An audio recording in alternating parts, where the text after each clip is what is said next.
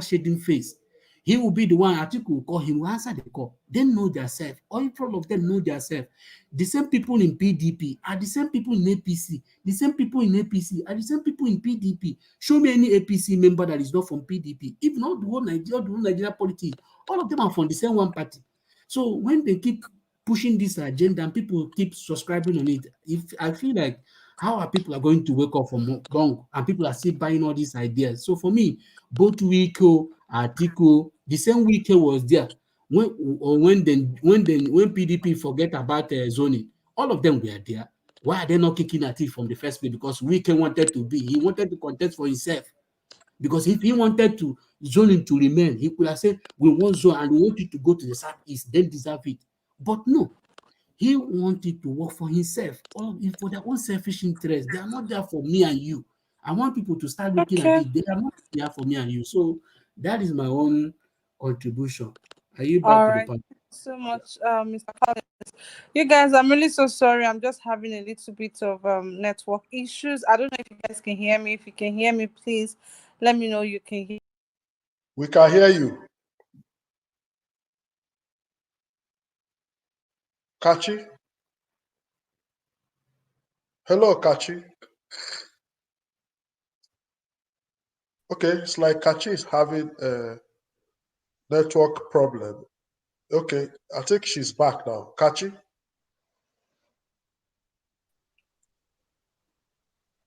Kachi, okay. Can I make my contribution, please? All right, Engineer Joseph, go ahead. Okay, thank you very much. Yes, I would like to first of all respond to a comment made by someone earlier on that said that why is it that we are supporting Peter Obi when the Igbo people are talking about Biafra and all that. If in Nigeria right now, where even Buhari is a current president is from the north, and you have Boko Haram, that is the major security issue we have in the country right now. They are talking about establishing Islamic Republic. Then you go to the west, the southwest, where Tinubu is from. There are people there looking for Oduduwa Republic. Then why is Peter Obi part of IPOP, or why would it be just Peter Obi that now you start talking about Biafra issue and all that? It doesn't really add up. It doesn't add up. So when we are talking about, we are supporting Peter Obi because we know that he is the most competent person at the moment to move Nigeria to where we want Nigeria to be. So that's it. Then on the issue of people thinking that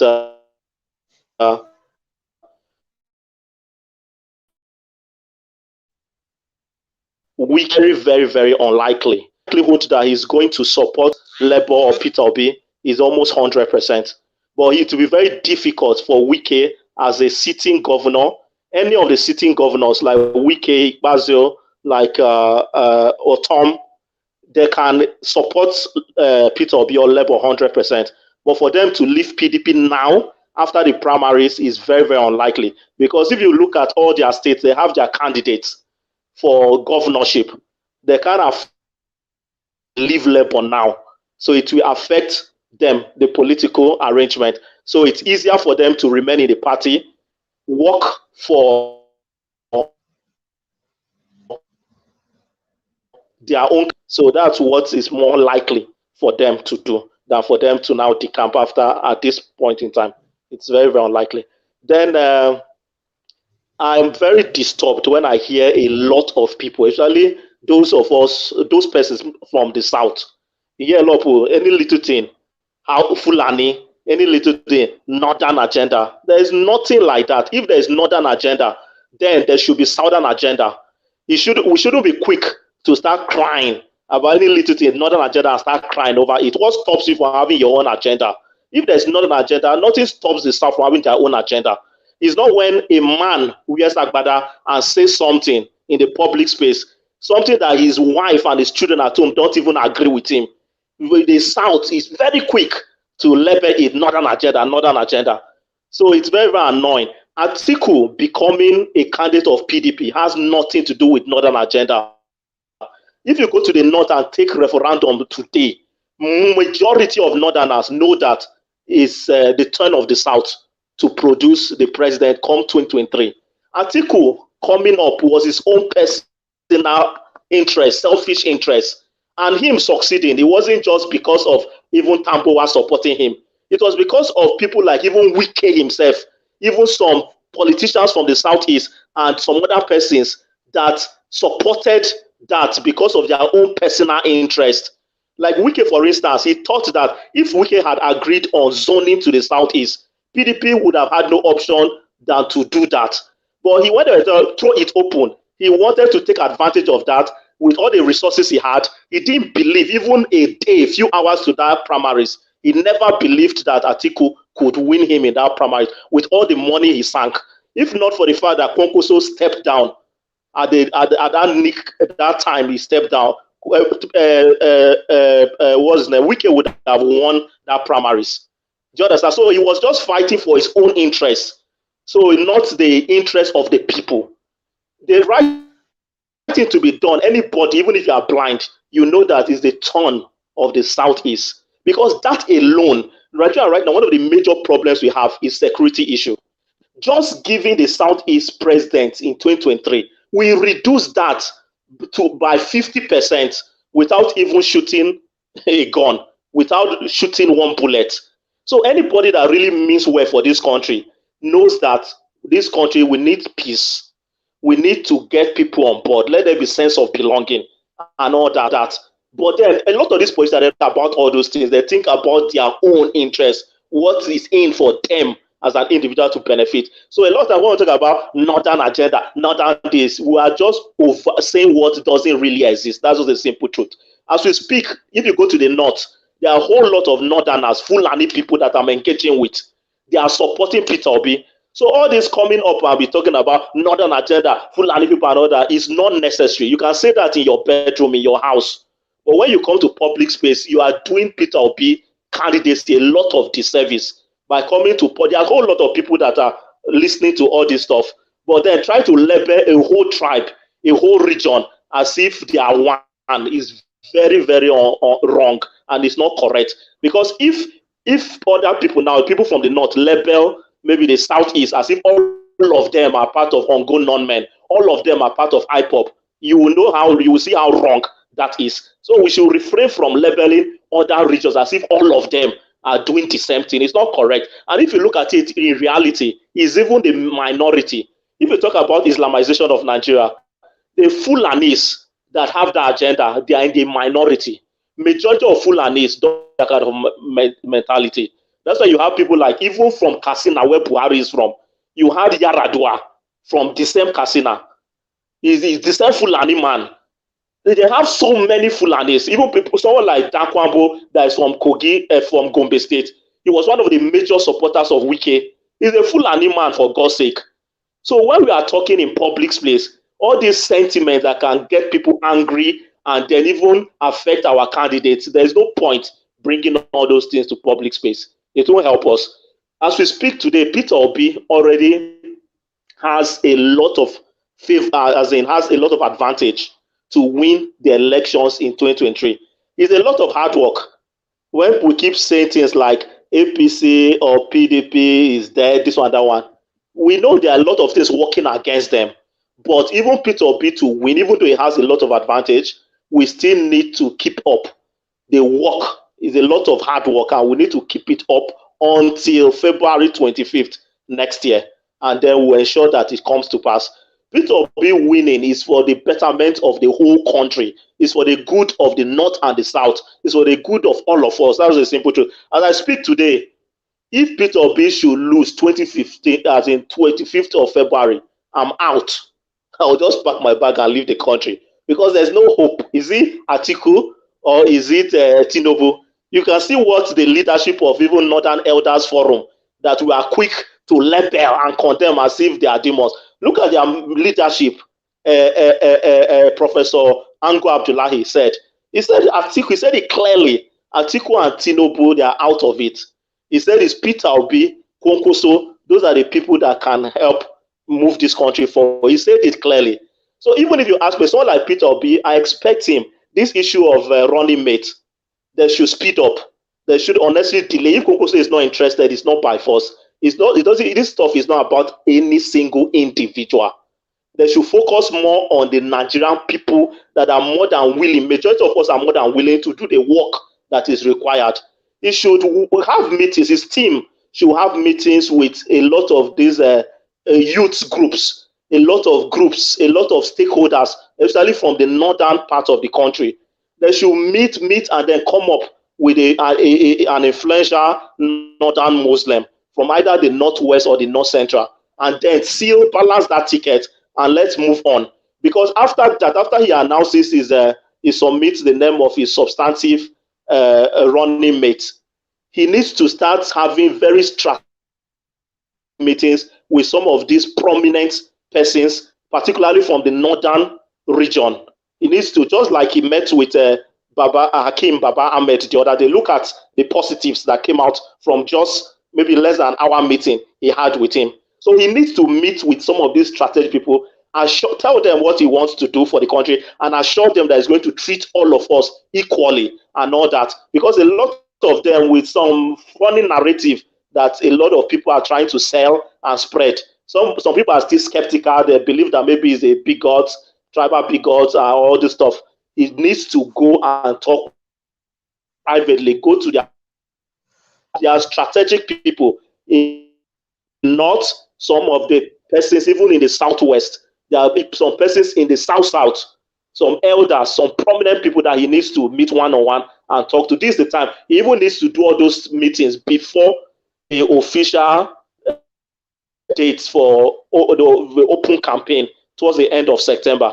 So as soon as they submit the name, latest by 15th of July, he just needs to start meeting all these people so that he will have a buy-in from a whole lot of people, particularly from the northern region. He doesn't have a lot of issues against him. We just have a lot of work that we are ready to do. He has millions of volunteers on ground already that are ready to do the work. We are doing door-to-door campaigns. People are helping people out with voter registration, doing a whole lot and all that. So the work is going to be done. We know that we have a lot of work to do. We are ready to do that work. We are committing our finances, committing our talents and all those stuff. So we should just move ahead. That's just it. That's just it. Let me stop here and allow others to make their contributions. Thank you. Yes, thank you very much, the last speaker. Is Kashi back? Okay, Kashi, you're back. Yes, the last speaker, you said a lot, and we appreciate you for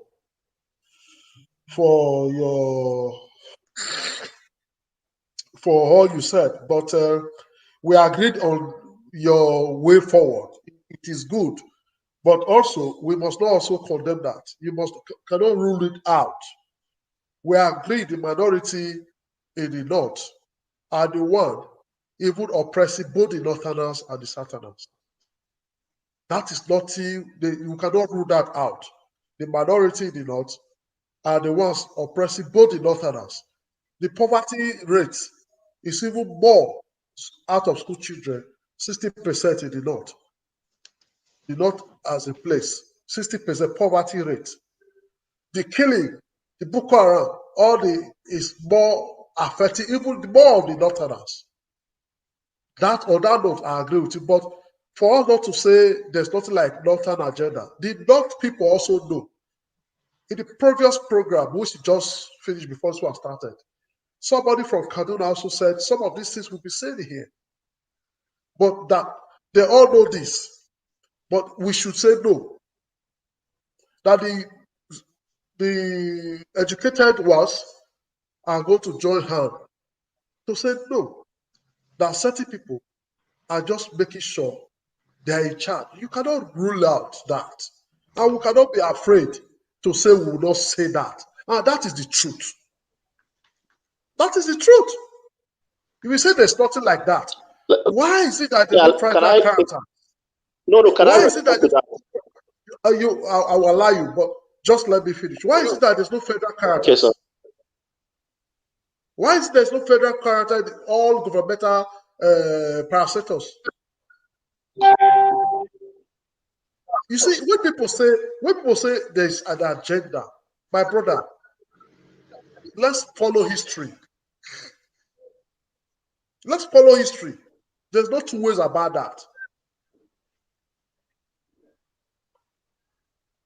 Go anywhere in Nigeria now and kill one cow. I'll see what will happen to that person.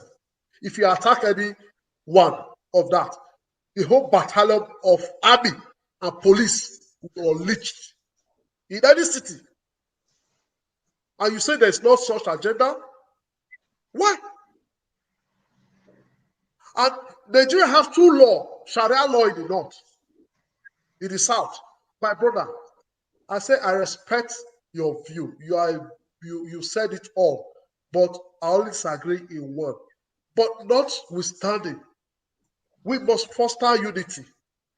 A lot of people in the north are suffering same, but their representative is spoiling their name. That's why we are calling it Northern agenda. Many are not happy. Look at the way Deborah was killed. You say we shouldn't talk about it. Can that happen in the south? Religion crisis.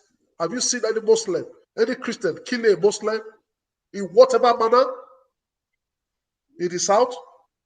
So, if you are saying that, we should try as much as possible to make sure we brace up.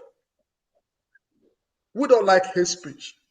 Personally, if you know us, we'll tell you we don't believe in this sharing formula. If you follow us right from beginning before now, you will know that here we said it, we don't believe in it. It's going to make us lose brains. Maybe the person that will save us is supposed to be from the north, and the person is available. Now we are saying Southerners should go, and the person that has the capacity is a broken man. He's going to deny that person that chance to save us. So also goes to maybe the person is in the south. We say it's a northern chance. We should go for merit and brain. This sharing formula, I said it before, will not do us no good. But it's becoming too much now. Why? Because there's always sansan too much for soup. Blind mind, no sell. So it's becoming too much. That's so showing, so clear. So I just like I said, you spoke very well and you said so much good things that I also believe in. Like way forward, let's try to preach peace and love. And that's the only way forward. We will continue to preach that peace and love and togetherness. But some sects to also know that they have a big job to do to clear this, that yes, they actually embrace peace and love. There shouldn't be division. We are one Nigeria, supposedly. But does it stand like that the way we are today? Yes. I don't want to take much time. If you say you want to respond, we'll give you time. Okay, sorry. Let me just respond to that quickly. Okay. So let me just respond to that quickly before I leave. Yeah, what you said, it's in agreement. I know this platform, what you people stand for. You don't tolerate any like hate speech or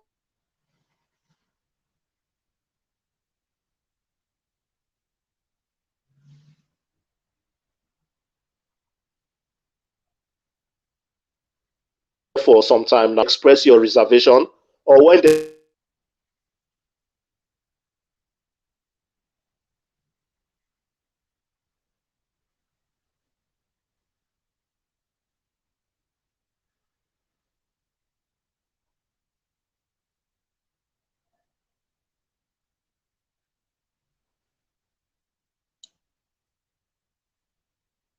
Can I contribute now?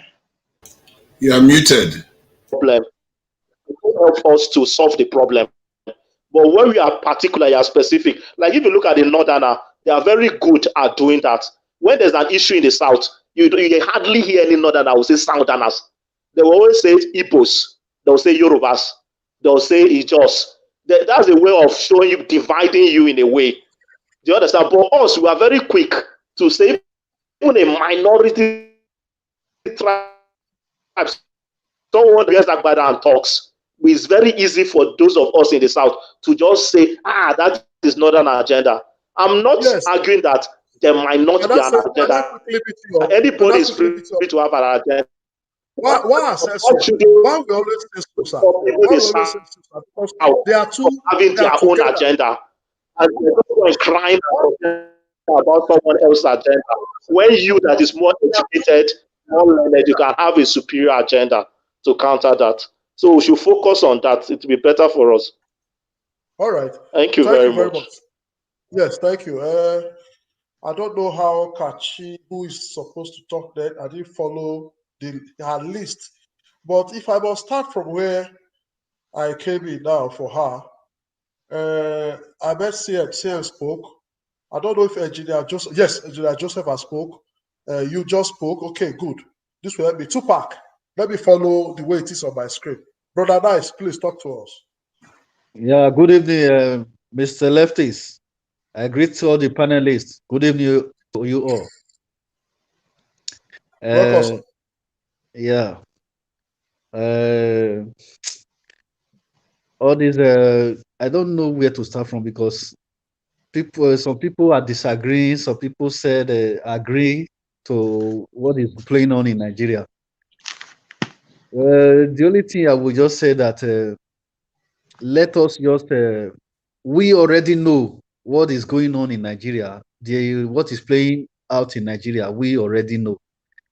Unless the people that is playing politics with all those agendas that is going on in Nigeria, that will say they don't know what is happening. We have been saying it the way it is. There is an agenda going on in Nigeria, either they like it or not. You understand? But the only thing I would just say we should focus on, let us focus on the positive side. How are we going to change the situation that we are in Nigeria now? That's what we have to focus on. Thank God it's close to the next election, 2023 election. Let's join Peter, choose one of these two candidates, Peter Obi or Showore, to change these people out of that place, to chase them out, so that their agenda will not be totally accomplished. Because it's not a joke. What is happening in Nigeria is not a joke. So even the Nigerian youth, they have suffered enough. I've never seen in any election the way Nigerian youth are so eager to go and look for their PVC. That is to tell you that these people have passed through a lot. Go and look at the way our youth is running to go and pick their PVC. That is the only weapon we have to change this situation that we are. Because these Fulani want to wipe the rest race away from Nigeria. Somebody is telling me that there is no agenda. You that said there is no agenda, go and carry rubber knife and pass front of military station. Look, you'll see what military will do to you. Then that same time, you will see Fulani will carry AK-47 and pass the military. Military will salute. They will even greet them when they pass with AK-47. And then you go know whether agenda there or not. You understand? How can you see what is happening? You don't understand what is going on. So, my brother, I don't just know what to say. I've been saying this thing even in the morning when I come, day and night. What is playing on? Even the governors, that city governors are even crying, telling you the same thing, that you don't want to know that agenda is going on. Governor Tom has cried. The one of Zamfara State has crying. You know? So what do you want people to tell you again? It's not my mouth, you will hear the rest. You know, even some of them have preached this same problem till some of them passed away. It's not today. You understand? So if you know what is good for us, let us pick our PVC and find a solution to make sure we take these people away from there, so that Nigeria will have peace. We will return our back to the glory, but back to this previous glory. That is what we want. You understand? This is the most worst administrative that we have ever experienced in Nigeria history. You understand now? So our people go and look till today now. Look at what happened in our war. They went to massacre people inside church. The police did not go after them Omotekuna went after them and arrest them, gave them to police to prosecute them. Police came out and tell us that they did not catch the people that commit that crime. What about the one that Omotekun arrested? Where are they? They have released them again. Give them their AK-47 to go inside the bush and start kidnapping, killing. You know? So that orders, all this order, they are coming from the executive, from the power. Our police cannot do them anything. Our military cannot do Fulani anything. So, Mr. Leftist, that is where I will stop, my brother, because I have been almost about, we have been discussing the same thing discussing the same time. Brother Nice, thank you very much. We're very brief. The issue is not really about the Fulani now. It's about making sure Nigeria work. That is the message our brother was trying to pass, that we should go above this message of Fulanis, because you thank God you just mentioned the word Fulani.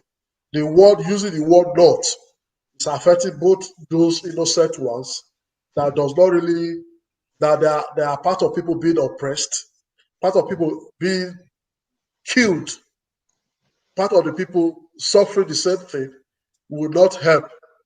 That was he was trying to say. So I think Mr. Leftist, yes. why can't we ask ourselves, where are Hausa race today? Fulani are take over Hausa race. They are not existing anymore in Nigeria. No, Hausa is still the majority. Just that the Fulani, the way they are oppressing Hausas, that's the way they are oppressing everybody. So we will still have Hausas in the north that are innocent. That's the truth. That's the best truth. That's the very truth. Hausa are still there. So that's what he was saying. We shouldn't be saying the not. It's not all not. And it is true. It's not all not. Eh?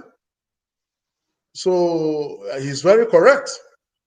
So let's talk to who is the next after you by my screen. Let me just follow the way it is on my screen. Tiobala, please talk to us.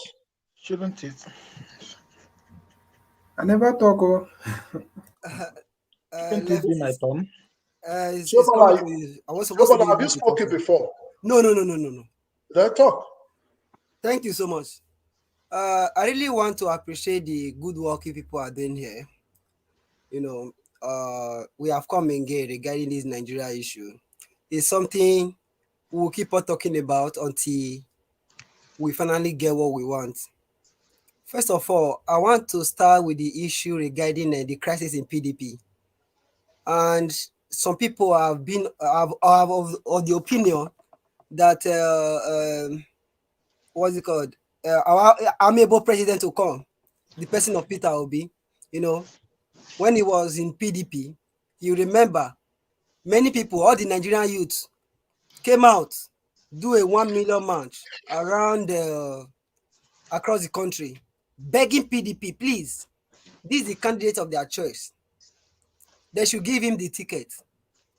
With all their PR across the nation, they didn't listen. They went to go and listen to the person of Atiku Abubakar because of his money, hoping that he has a 11 million vote bank. Knowing fully well that Peter Obi was among those who brought about that 11 million. And the youth were begging. They didn't listen. Today now, they will know what have happened to them. The reason why youth are being yearning for this man is because they have seen what he has done in the past. And they see how the man is being transparent and how he has been able to, bring, visit different country, trying to, juxtapose what is happening in different country with Nigeria. So it's so unfortunate that they allow him go. They thought, he will not get this momentum. But thank God, every day by day, the momentum keep growing, every day by day. Some people in some other channel, they thought by today, they even bet their money. So they said that one guy said, oh, he's 100% sure that Peter Obi will join PDP, this and that, this and that. Today now we are still where we are for the movement, and it's growing daily. Regarding the northern part of the country, I can remember, not just of recent, the northern youth are even doing more. As we speak right now, they are even doing more. I see many northern youth printing banners, I see many Northern you printing these months and all that, and they are moving door to door regarding this election. Recently, Governor Zulu was in a meeting with them when he was discussing, telling them who to vote for. They object him immediately. So he cannot tell them who to vote for. So we are here thinking that the Northern youth are not aware. They are fully aware. They are fully aware. They know what is happening to them. Just that we are not in there. We don't know what they are thinking, and most of them don't voice out like this. They don't come out to start discussing issue like this. They know what they are doing. It's just for us to still keep on the movement, like what the engineer or the last previous speaker also talked about. So it's something that we can really work on. And somebody, whether or not somebody from the east says something that I'm not really happy with. He says something that the only way the Igbos can get their freedom if for them to first of all have a peaceful Nigeria, then they can negotiate. As in, if you are fighting for your nation, you should go and fight for it on your own. You can go and fight for it on your own. What we are doing here is for the better Nigeria. I don't want Igbo to leave Nigeria. I don't want Yoruba to leave Nigeria. That is more reason we are fighting for the person of Peter Obi, because I believe if he comes to power, or when he comes to power, he will definitely unite everybody together. Why are the Igbos agitating? Why are the Yorubas agitating? Because the nation is not working for them. It's not working for them. If we have maybe devolution of power, like people on their different region and manage their resources, I believe there will not be any need for agitation. Please, let's fight for a single cause. Not that you are using this opportunity because the reason why you are voting for Peter Obi, because if you get there, it will allow you to go. Is that no? It doesn't make sense. And if you want to have that kind of, have it at the back of your mind, not on a public space. That is my own opinion, though. The issue of Atiku rather, and Wike, and the person of Governor Utom. Over the years, they have been saying it regarding what is happening concerning this issue of terrorism and many other things. The guy have been talking about it. Then it's clear, as it stands right now, I believe most of them will definitely work against PDP. They will definitely work against PDP, whether you like it or not. Is it okay? For instance, I don't say governor now. Even if he did not even work against PDP or not, he's the youth. He will not come and carry my hand to go and vote. He's not the governor that will come and tell my mother or my auntie or everybody in Benin or to go and vote. We know what we stand for. We stand for the truth. We stand for competency. We are not. No, I also want to use the opportunity to beg our brothers from the Yoruba land. This is not a bad tribe. This is not a bad region. It's about who can move Nigeria forward. Because I see some channel they devote. Once you talk about Peter Obi, they say you are Akpobian.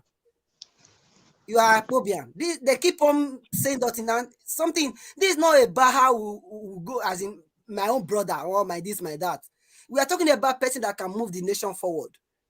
I want to use the opportunity to beg them. This is not about Igbo. This is not about Hausa. This is not about Yoruba. Like I keep on saying, if they are giving the person of Yemi Osinbajo ticket in APC, it will be a different ballgame entirely.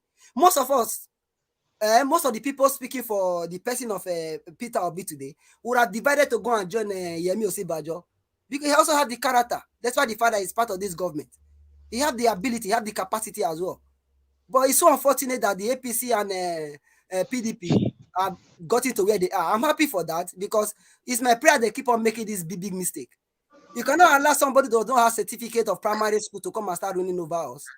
No matter what, you should know your classmate. You should know the primary school you attended. Like what Naja was told you yesterday. You can go to the university you say you attended. They can issue your certificate 3 times a year. Call them, $25. They'll give it to you. So we cannot afford to make that mistake. You have an issue with your certificate.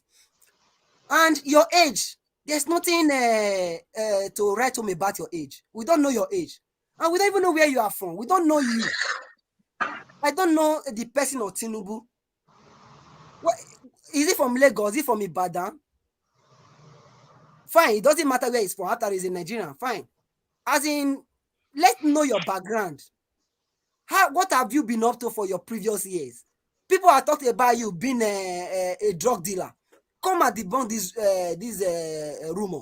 Tell Nigeria, like that they said, Peter, you have done this, Peter, you have done that. Peter came on Rice TV, the issue of a different allegation leveled against him. He came and debunked it and said the whole world, I didn't do this, I didn't do that.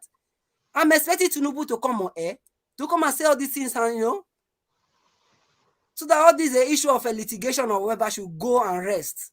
We want to know you. We want to know who you are. We want to know your character, because you are about to handle the nation again for the next how many years. Who are you, please? Who are you? What is your name? Is your name Tinubu or who? Just let us know. And for the person of Atiku Abubakar, money is not everything.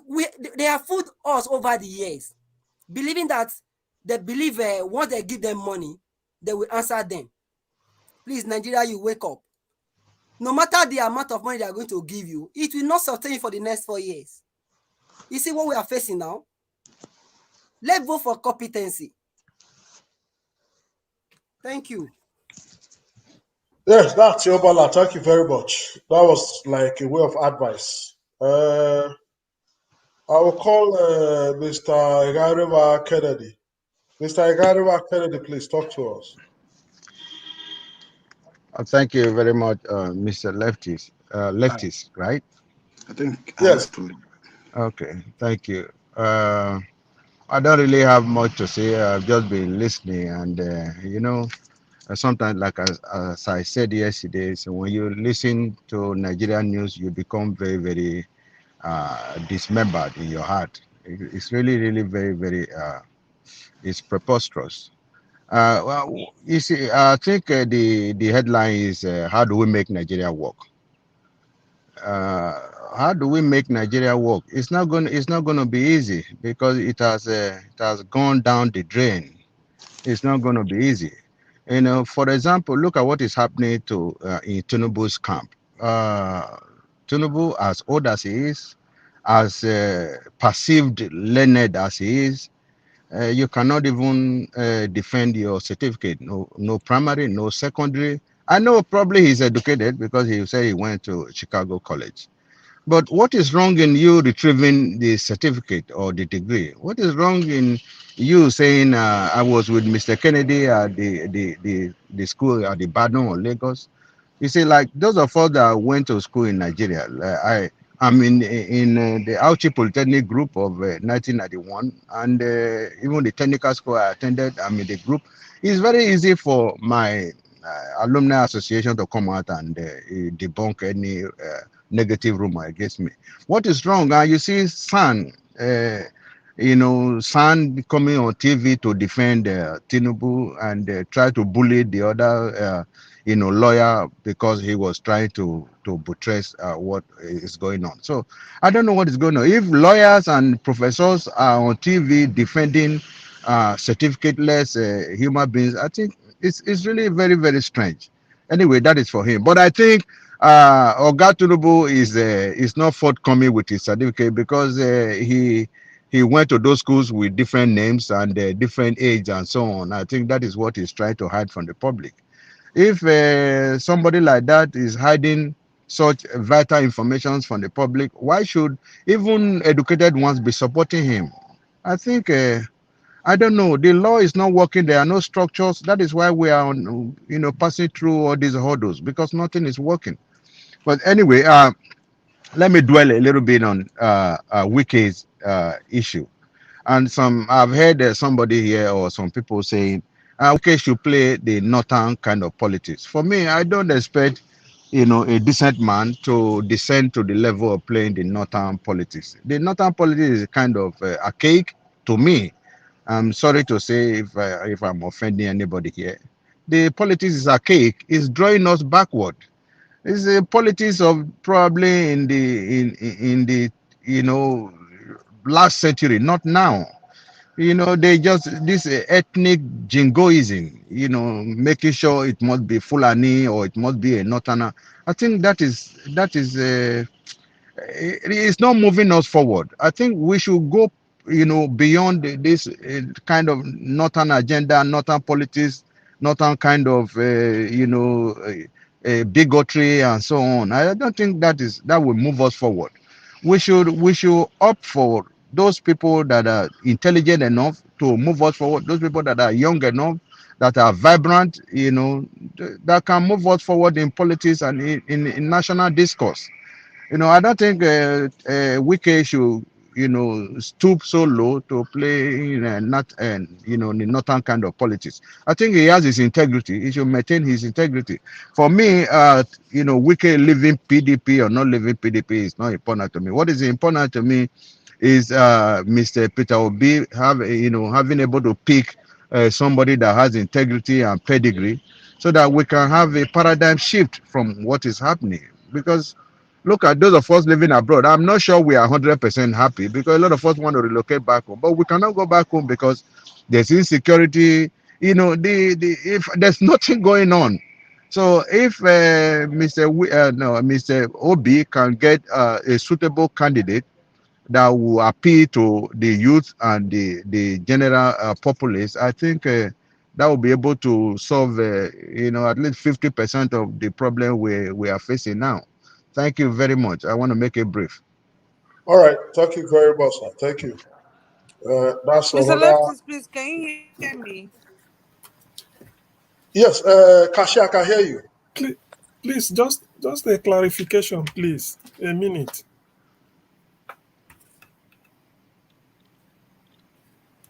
Kachi? If you can, Yes, please. please, can you hear me? Mr. Leftis, can you hear me? Yes, I can hear you. Yes. Oh, finally, because I've been screaming since. Can anybody hear me? Can anybody hear me? Yes, Okay, I'm glad I I'm can back. hear you. All right, thank you. Somebody said he wants to make a clarification. Please, It is go me. ahead. It is me. Yeah, just 1 minute. Yes, I've actually advised Wike when I use the phrase "play Fulani politics" to them, is because since they founded PDP, Wike has been there. Atiku will go in and out and come and be taking presidential ticket at the expense of people like Wike. Tambuwal was in Sokoto. Instead of supporting Wike that helped him in 2019 against Atiku, which Wike admitted, he funded Tambuwal's campaign. But as God will have it, Atiku still defeated him. So he went to Atiku and said, I didn't campaign for you, but since you are the candidate in 2019, we work together. Everybody expected at least Tambuwal to help Wike, and they must have promised him. Now, Tambuwal said he's stepping down for his brother. He said it openly. Whether we in the South, we play political correctness, and somebody said it here that we tend to sort of flex. I don't know. So if Wike should say, well, I'm leaving PDP, I want to support my brother somewhere else. Who is bad in that? What is good for the geese is good for the gander. I don't think that is stooping too low. If Atiku can enter PDP and go out, in and out, from ACN with Tinubu, later he came down to PDP, then went with Buhari to go and secure Fulani, make sure that power is in the north, and came back again, and living in Dubai, coming every election year. And yet people are still looking at him. What has Wike done? In fact, if Wike should leave PDP now, that his honor is intact, because this is the first time nearly everybody that formed PDP, they've all left. Amechi was there for nearly 16 years, 8 years as speaker, 8 years as governor, nearly 8 years as governor, left. Okorocha was once in PDP. He left for APM, APGA, and then APC, and so on. So people have been going in and out. People, Ojus Okalu was in PD. Excuse me. Sorry. Please just hold on. We have a caller, Madam Rita. Madam Rita, please talk to us. Yeah, thank you very much, Leftis. This is a response to, I think, one of the panelists that spoke before, CM. I just want to say something. I don't know. I think when most of us live, or rather, most of us who live in diaspora, I think sometimes the way we think because we're already in a decent society, we should kind of mirror that same decent, so I mean, the way things are done politically or socially in where we live in now in diaspora, we're trying to mirror it like, okay, that's how it should look like in Nigeria. First of all, Nigeria is not a decent society. When you want to, in this kind of political arena right now, we need the numbers. Politics is a game of numbers. And even bringing Governor Wike into the scene of the Labour Party is a plus for Labour Party, is a plus for Nigerian, is a plus for Peter the Rock to be. And there's nothing like being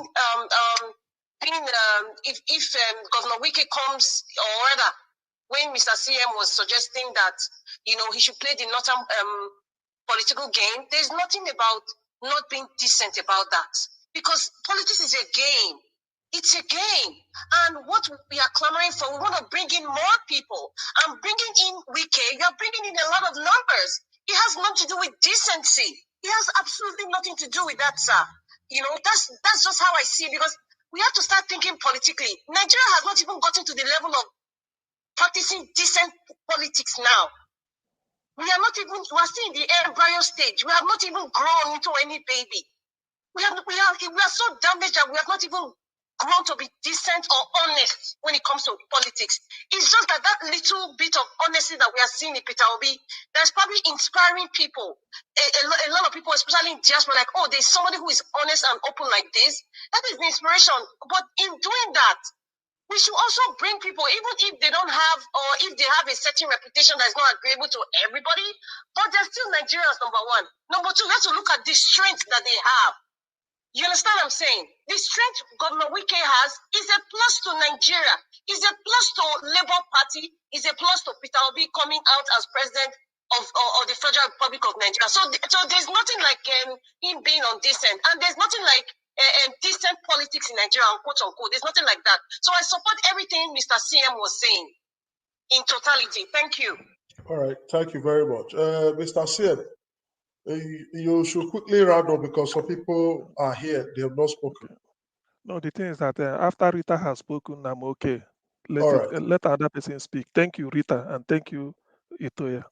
All right, CBD, please talk to us. I actually wanted to make a rebuttal a little bit for 1 minute. I'm sorry, Mr. Leftist.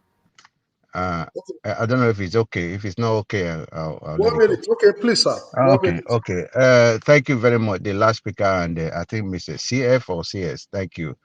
I'm not against what people have said about playing the northern politics, but I thought the headline was how do we move forward. I was just talking about how we should move forward. These politicians is not the way we are seeing them. Like Wike, I know he must be going through a lot in his mind now. His tenure is expiring. Probably he wants to go for Senate or something else, and he has to be very, very calculative in case he goes to any party and the party doesn't win. The incoming party is probably going to, if the party is a party that is leaning towards this present party, they're probably going to sue him to court for a lot of, Nigerian system.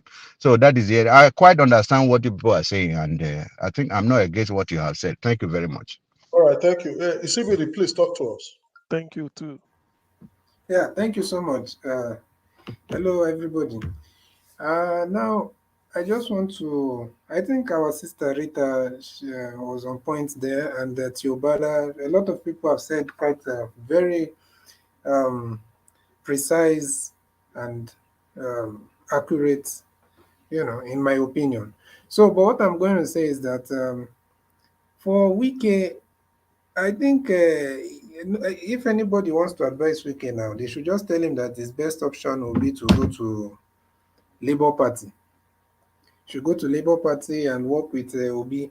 But if he wants to still gamble and hope that Atiku will win and maybe give him like the way this Shegun Shubami, that guy that was on a rise, I think was it today or yesterday.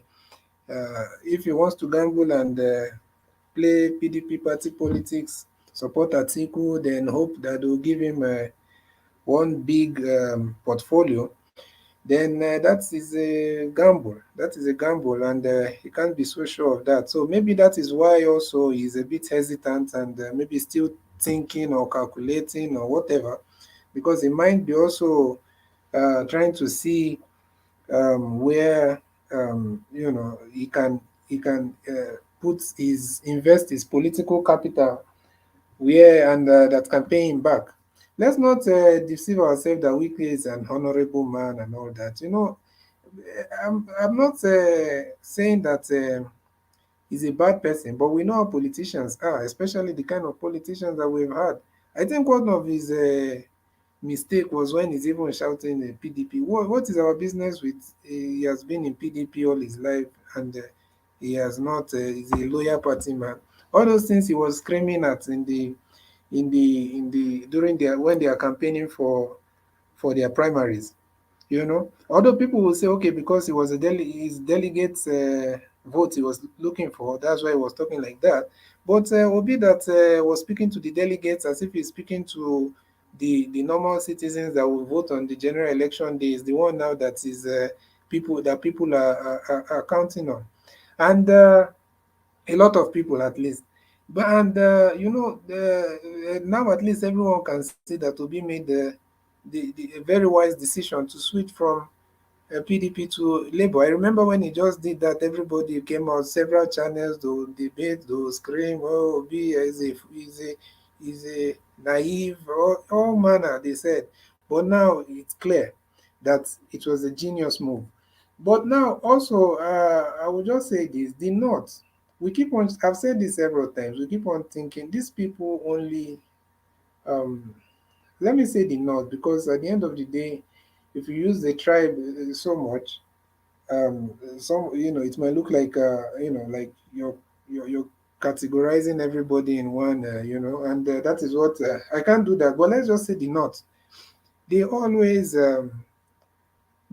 just see these political parties as a means to an end. They always see it as just like a machinery that carries them to what they want, where they want to get to, you know. So, but that's why you see Atiku going from back and forth, like he's entering from his room to his parlor in these political parties. We have seen it now.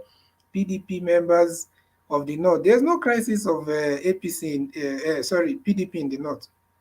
There's crisis of PDP in the South. There's no crisis of APC in the South. It's the only crisis of APC in the North. So what does that show us? That these people, it's all about their group, their group. It's all about the interest, But I feel like there's also hope because we are seeing that several northern groups, especially the ones that are affiliated to the youths and all that, they are all coming out, and some of them now are beginning to buy into the OB vision. So, and there's hope. There's hope that, like what someone said, it's starting to look like there is a light at the end of the tunnel, and if only we could just continue doing what we are doing, the sensitization, everything. I feel like before we get to like in the next 1 or 2 months, or let's say even 2 months, um, people that are still doubting will just hide their face. Honestly, people that are still doubting the potency or the capacity or the capability of Obi and this movement of ordinary Nigerians and the youths and well-meaning Nigerians, people that are still doubting it, they will see it clearly. They will see it clearer. So that's what I have to say on that for now. Okay, thank you very much, CPD. Let me go straight to Oboye's corner. Oboye's corner, please.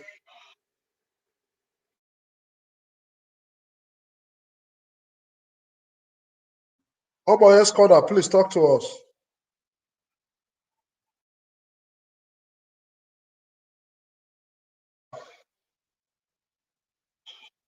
Okay, it looked like Oboye's corner. Oboye is not ready. To Niger, please talk to us. Yeah, good evening and thanks for having me. Yeah, about Wike. I've actually admired Wike. You know, the guy to me is quite a great communicator, and he seems to be a no nonsense kind of person. Of course, he's not perfect. We all know that, and but I even got the impression that the top brasses, people like Basenjo and a few people, they were making a bit of noise, saying something about Nigeria needing a mad person. I think they were giving a signal that they prefer someone like Wike, because Nigeria right now is in a place where you need people that is going to knock heads together, get things done, and without triggering the tribal stuff that that is often used to stop these progresses that needs to be made. So that is one of the, and I think the what PDP did, which was a betrayal of the highest order, if you ask me.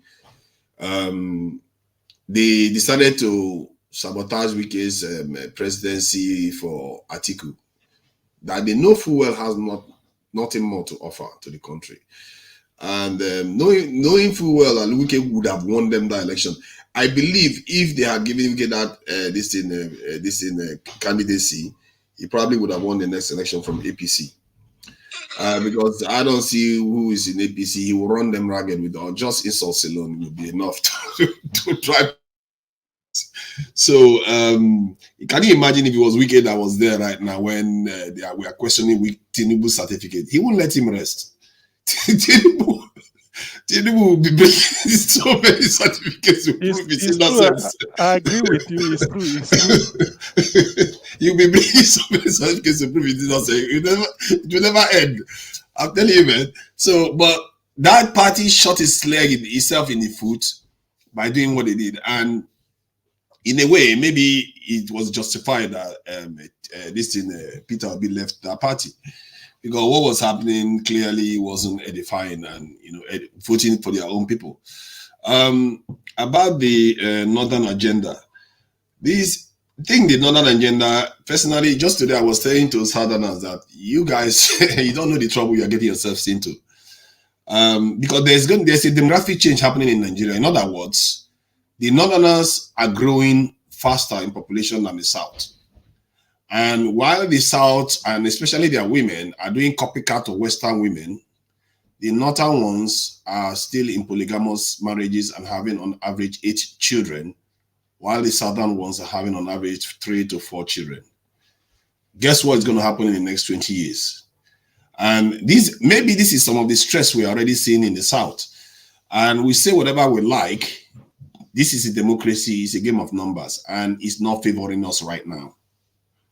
And we have to ask ourselves serious questions, what we are laying down here. Because the other side is Muslim, they are not going to change anytime soon. They are going to be polygamous, and they are going to have a lot of children. What is our response to it? Is it to just make our peace with it and merge with them and say, okay, it's okay? Because after all, we are the same country. There's no need to worry about this in any kind of agenda. We are all Nigerians. Or you decide that you have a way of responding to this, because right now, there is nobody looking at that ledger, that dial that is moving right now. The time is going to come when we start feeling the impact that these people are outnumbering us more and more and more. So that is on that one. And I don't think it's their fault. They are doing what they do. It's up to us to respond to the way we see fit. If we don't figure out a way to have children and still get educated, then that's the consequences we'll have to bear. Consequences. We can never escape it. Regarding Tinubu and his birth certificate and all the palaver that is going on, I think the reason why people want to see those things is because they are looking for every reason to stop Tinubu, and which is justifiable, because Tinubu did some things that are very, very bad. And I personally, I would never support anything like that. Some things he has done, like finding a way to basically take 10% of revenues of an entire state. That is crazy. That's why it's so powerful. And that's why he's got almost unlimited funds, because every month when they take tax from Lagos State, His company is there to collect their share, 10%. Anybody that is in the UK knows that Tesco's, Sainsbury, none of them make 10% profit per annum. And this is a business, I don't have any problem with capitalists and capitalism and all the rest, where, everybody takes advantage where they can. But this is a zero risk business. For high risk, for high rewards, you're supposed to have a high risk business. This is zero risk. You're just taking money from people. And the people have captive audience. They are not going anywhere. And you are using it to pay yourself. How Nigerians allow him to get away with it. This is the problem in Nigeria, that we like to point fingers. We don't point fingers at ourselves. I said it in the chat session that this idea where we keep talking about, you act as if there is a savior coming to save us. We are the saviors. We are looking for saviors when we are the ones to save ourselves, because we were there when Tinubu did this. Nobody stopped him. We were there when all this corruption was happening. What did we do to stop it? We just criticize. But when our brother gets into office, we ask them to do the same thing. When our sister gets into office, we ask them to do the same thing. This is the story we are living in. And the young generation that is coming up now are tired of it. They've seen their mates around the world. They are all on Instagram, Facebook. They see how their mates live. They see how their other countries live. This is not how people live. We watch our country. Many of us go to other European countries. We see how they respond when there is any crime. We see how the military behaves when there is any issue. As a matter of fact, they don't only have military for their country, they have military all over the world.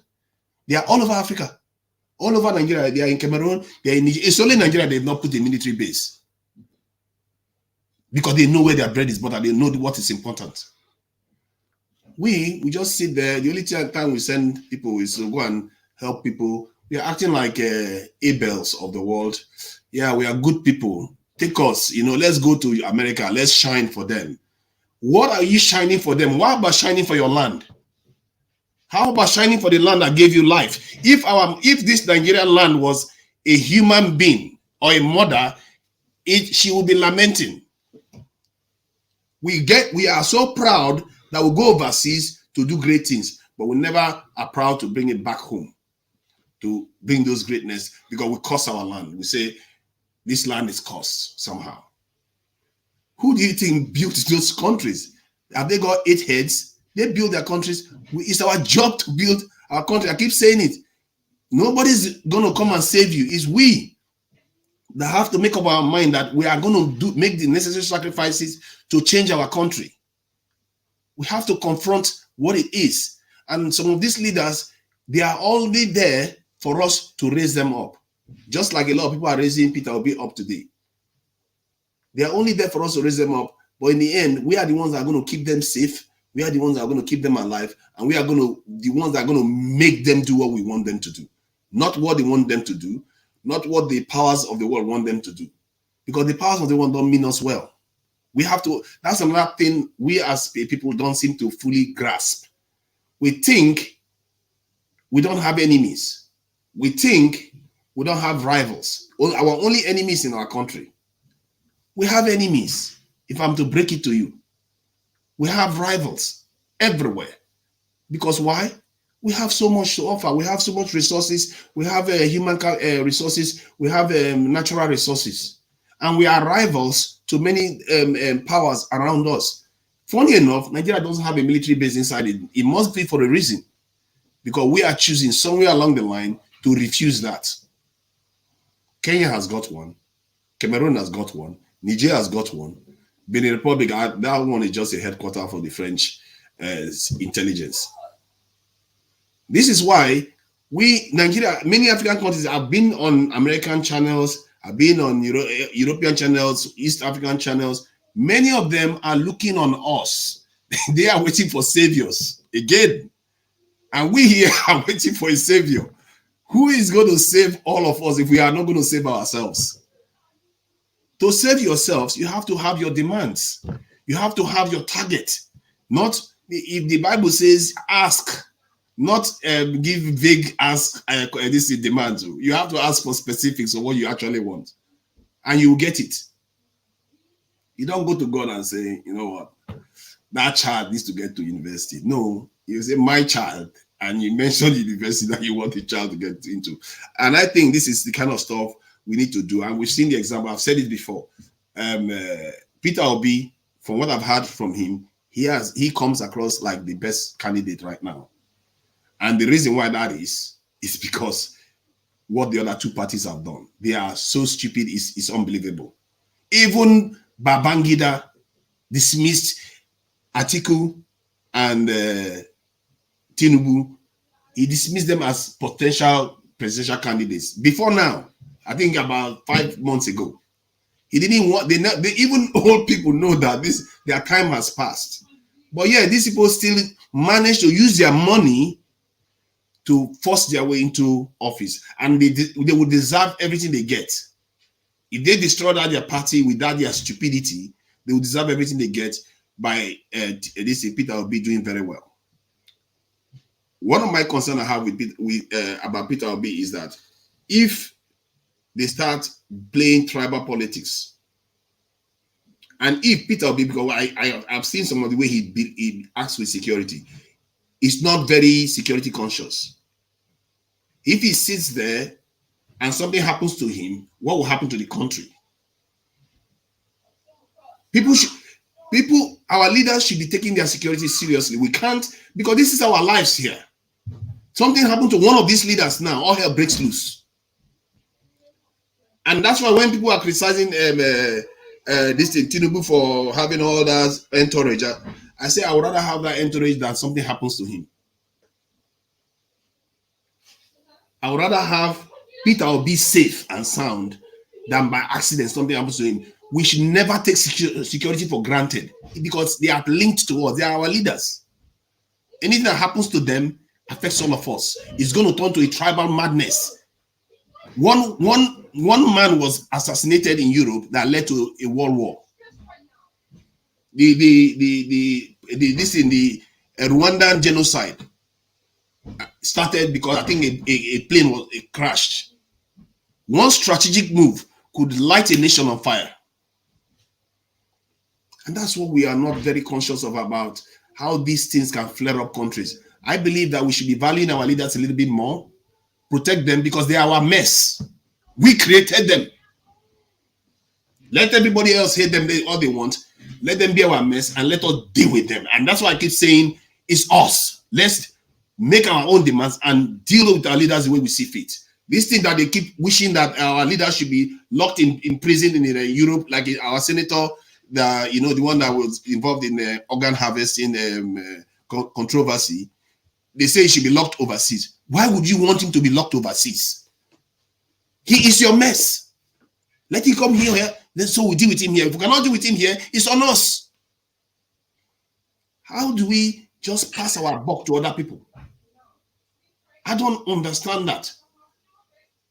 We needed to start acting like an independent nation that can hold its own weight. If we don't do that, how are we going to get out of it? We will never get out of this, man, I can assure you. Because any independent nation, this is how they behave. You cannot have your leader go to somewhere else and not some other country hold them. They can compromise your security. They can do all kinds of crazy things. And then the ones that are serving right now are watching. They are watching their people sell them away. They'll be thinking, should I fight for these people or should I serve the people that they are actually asking, that they consider to be credible? How are they going to serve us if we are not even loyal to them? To an extent, loyal to them as people that we created. I know. Sorry about that. I think something I rant on too much. So let me just stop it there anyway, so some other person can talk. Thank you. All right. Thank you. Please. Mr. Lepis, can I say something? Yes. Alex, it's your turn. I'm already calling you. Be patient. Yeah. Thank you very much. Can you hear me, sir? Yes, I can hear you. For me, I want to quickly respond to two things. Number one, I heard somebody saying there is no Northern agenda or there is no Fulani agenda. Understand the difference. But for me, if you refuse to train your child in the way it should go and is bringing disgrace to your house, people will point to your house as a useless house, not to your child. Even if they know you are a good man, but they will always look at your your house because you produce that child, you nurture that child, you failed at a time to correct this child when the child was growing up, and people saw it. A particular section of the country cannot be doing something over and over again, and you tell me not to think that there is an agenda. For the first time in this country's history, we have the 4 most powerful positions occupied by a particular section of the country: the president of the country, the inspector general of the country, the senate president, and the attorney general. And you tell me there is no agenda. Go and tell that to the victims of the Abuja Kaduna Railway kidnap and robbery. Go and tell that to that medical personnel who was killed. She was to travel a week later. A whole medical doctor. There is no arrest. These people are making phone calls. Should that happen in the south? Maybe the train was coming from Abuja, carrying Abuja citizens, and it happened in Benin or Delta. The whole nation will be on fire. It will be perceived or assumed like it's a certain agenda. This was what led to the civil war, because there was a coup and a counter coup, and a particular section felt Igbos were killed, Northerners were killed, or Igbos were not killed. That was what happened, and it escalated into a full-blown war. So if you don't want people to think there is an agenda, why are they quiet? Why are there no laws? Why are there no arrests nationwide? Why? What is going on? So, coming back to what a panelist just said, talking about our leaders is our mess. Our leader is not our mess. You know how election works before now. Apart from Godwin, Obaseki election, second term, almost all elections since have been either decided by Supreme Court, manipulated. A lot of times there were no elections, ballot box snatching. We didn't create those leaders. They created themselves through their occultic and different associations, and they've oppressed us. Sometimes you talk, you are picked up. People are killed silently. So we didn't create our leaders. If we cannot deal with them here in Nigeria because they are above the law, let people abroad deal with them, because they breach the law of that country. They breach the law of that country. Why are we romancing the truth? So and these leaders be good to us. My brother, I'm going on. I didn't interrupt you. I didn't interrupt you. Okay, I didn't interrupt you. I didn't interrupt you. These leaders are callous and useless. They've not been responsible to us. We don't have education. Our youth are on strike. The schools are on strike. There is no medical facility nationwide. There is no electricity, and these guys are billionaires in dollars, and these monies are in foreign countries. What are you talking about, my dear brother? Who created these leaders? How were they elected? Who are we? Why? What is the narrative here? We are trying to change it, not to encourage this set of people who have continuously, deprived us of the normal things that other citizens, our contemporaries in other countries enjoy. Things like basic education. They tell us it's not our right, that is a privilege. What do you say about that? And you tell us to allow England to bring them back, or we cannot deal with them because they have connections. They are manipulating the military against us. Were you not in this country when the SARS protests took place and our youth were killed by these leaders? Were you not around? Did you travel? Millions of youth came out singing national anthem, demanding better governance, demanding accountability, and they were shot at with the national flags in their hand. And you said these leaders are our mess. England, if they find Ekweremadu guilty, he should be sentenced to life imprisonment, if that is what their law says. I'm not England. I'm not UK. He breached the UK laws. So UK should deal with him. So for God's sake, all the money is missing, all the borrowed loans. Our loans now, from 2015, it was 12 trillion naira, now it's 90 trillion naira. What do you say about that? There is no visible project to that. Brazil loans, Paris loans, World Bank loans, and yet we are still the poverty capital of the whole world. What are you talking about? And our currency is now ranking with Zimbabwean currency. What are you even talking about?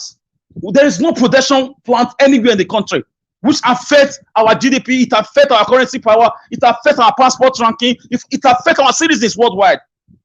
You carry a Nigerian passport in any international airport in the Western world, you are a suspect, even if you are a saint. What do you say about that? because our leaders have sold us. We didn't choose these guys, these monsters who call themselves leaders. Ekweremadu should be dealt with seriously, and it should be questioned about his activities in that country. How did he create those laws?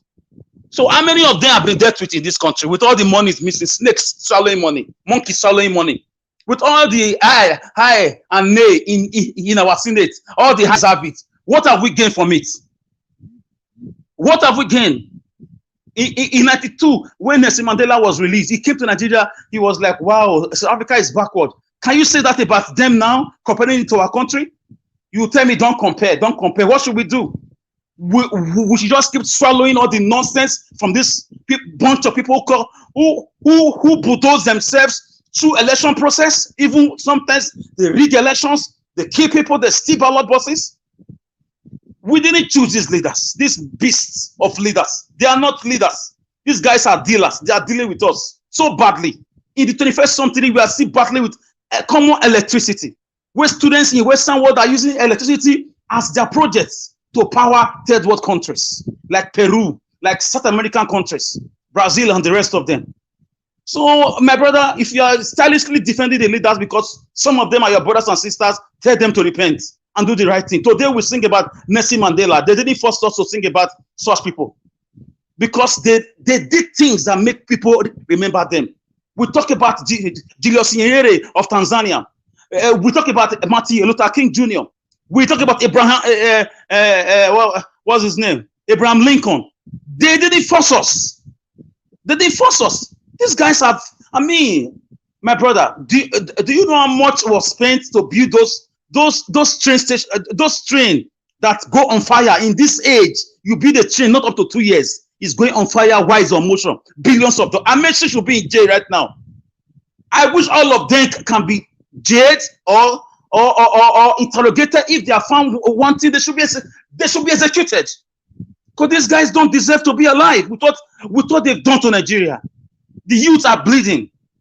Our parents are bleeding. All our doctors have left the country. All our experts, brain drain. We lose experts to different countries every month in this country. Everybody wants to leave Nigeria because they made Nigeria a living hell for a human being to live. You have to fuel your gen. You have to pay security. You have to fence your house. You live in a prison in your own house. You live in a republic inside a republic. What have we gained in this country apart from the debt? You are borrowing money with your children future. You are telling me we created these political monsters. My dear brother, I was sleeping already. Your voice woke me up. All right. Yes, your voice woke me up. Our leaders, we cannot deal with them here because they are above the law here. So God is using other countries to help us deal with them. Thank you. You have right to respond. Thank you. Thank you. Alex, thank you very much. The only part I would like to respond to is what you say where the I have it. This is our leader where the I never had it. It was nil. Still, you see the Senate president say the I have it in an open video. I don't know the world saw that. If you like this, everybody say nil. No, said only 1 or 2 people say I say I have it. Everybody now laughed and they start walking away. What would you say in that respect? Is it the people that were there? Just like Alex said, a lot of people were killed when they were demanding for good Nigeria with Nigerian flag on their hand. They were shot. Is it Abuja? You saw DSS with a DSS man with DSS gun commanding thugs to affect to. The videos were all there.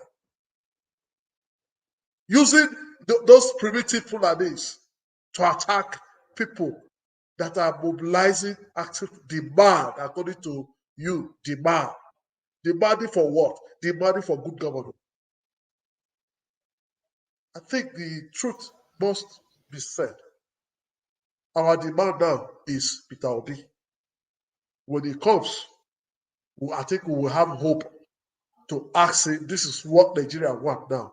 I think that we free them to say, okay, this is what you want. See, education alone It's the bedrock of every society, education. If you invest in people, education, you reap what? Knowledge. But the what we have now, they are investing in cow. Just kill one cow. Kachi was crying. Kachi was crying a few days ago. Accident, 2 cow. They licked the driver, dead. Who arrested them? No police arrested the Fulani herdsmen. No soldier. But God just let one community kill one cow in Edo. It is Barak that will go there and be killing the youth. They open fire. What are you saying? What agenda is that? Is cow more better than human being? Alex, don't make me talk. That you are causing trouble. Here, I called you before. Please talk to us. Can I respond to him? Is it possible I can respond to him because he made No, just quite wait. a lot of statements to us? Oga left is. I think to Nigeria have, as you should give it like a minute to respond, no matter what, please. Okay, they said you should respond in a minute. Please be fast because somebody have not spoken. Thank you. You know, when you have a country that is self-respecting, you have to also respect and value your people. Every single strand of their hair, that is where it starts from. You have to start from there. Our people were just slaughtered in Morocco because we don't value our own. We point fingers, we like to paint righteous, but when it's our family member that is in office now, we are not going to want them to be disciplined. We're not going to want them not to be corrupt. I've seen it before. I've watched a lady insult a family member and say you are doing the right thing, you are not being corrupt, and a vicious attack. What we do to our own, we are willing to sell our own. No, throw it away. You know, look at him. Tell him that foreigners should try our people and do. If you don't value your own, you don't value yourself. You don't know that. That is common principle of life. All those people that you're talking about, they don't do the same thing. I'm not even one minute though. Okay. Before you go further, let me quickly respond to what you just said. You said, look at him. Foreigners should try our own. To Niger, here in Niger Watch, we don't have our own. I want to quickly correct you. If you are right, we don't have our own. If you are right, you are right. If you are wrong, whatever happened to you, because you are wrong, you should take it.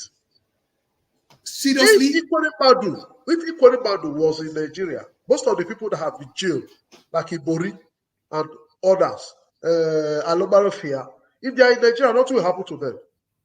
So you mean we should continue like this? If the foreigners catch one thing, we should say no, leave them. We should be present for people that have destroyed us. One, why did he go to abroad if he fixed the medical facilities here? Two, those ones that were caught doing money laundering, why were they laundering their money to abroad? Have you seen a US man or British man laundering money to Africa? And if they are caught there, because nothing will happen to them here, if they are caught there, we say good, that is where law works. If law were working here, do you think Nigerians will say, good, Nigerians are tired? But that's what needs to change. Mrs. Oboye, please talk to us. Thank you very much, everyone. I apologize. I was in the middle of some task, and then I didn't know you were calling me, so I apologize for the delay. Thank you very much. Thank you to every speaker, to all the speakers. Thanks so much for all the contributions so far. Thank you, especially to Alex. I'm very you actually lay down the concerns very, very clearly. I really appreciate that. I have to say that. So my point, I have a quick question, and I apologize, or maybe it's a statement. Now, is it a fact, or is it a rumor that they have ballots in Chad and Niger? The INEC have ballots in Chad and Niger, and they're having people vote for them in numbers in those locations. I don't know if anybody can answer that question, but I just want to put that there. So for me, you mean Niger Republic? yes, Like Niger saying Niger. Republic. I'm sorry. I apologize. Yeah, Niger Republic.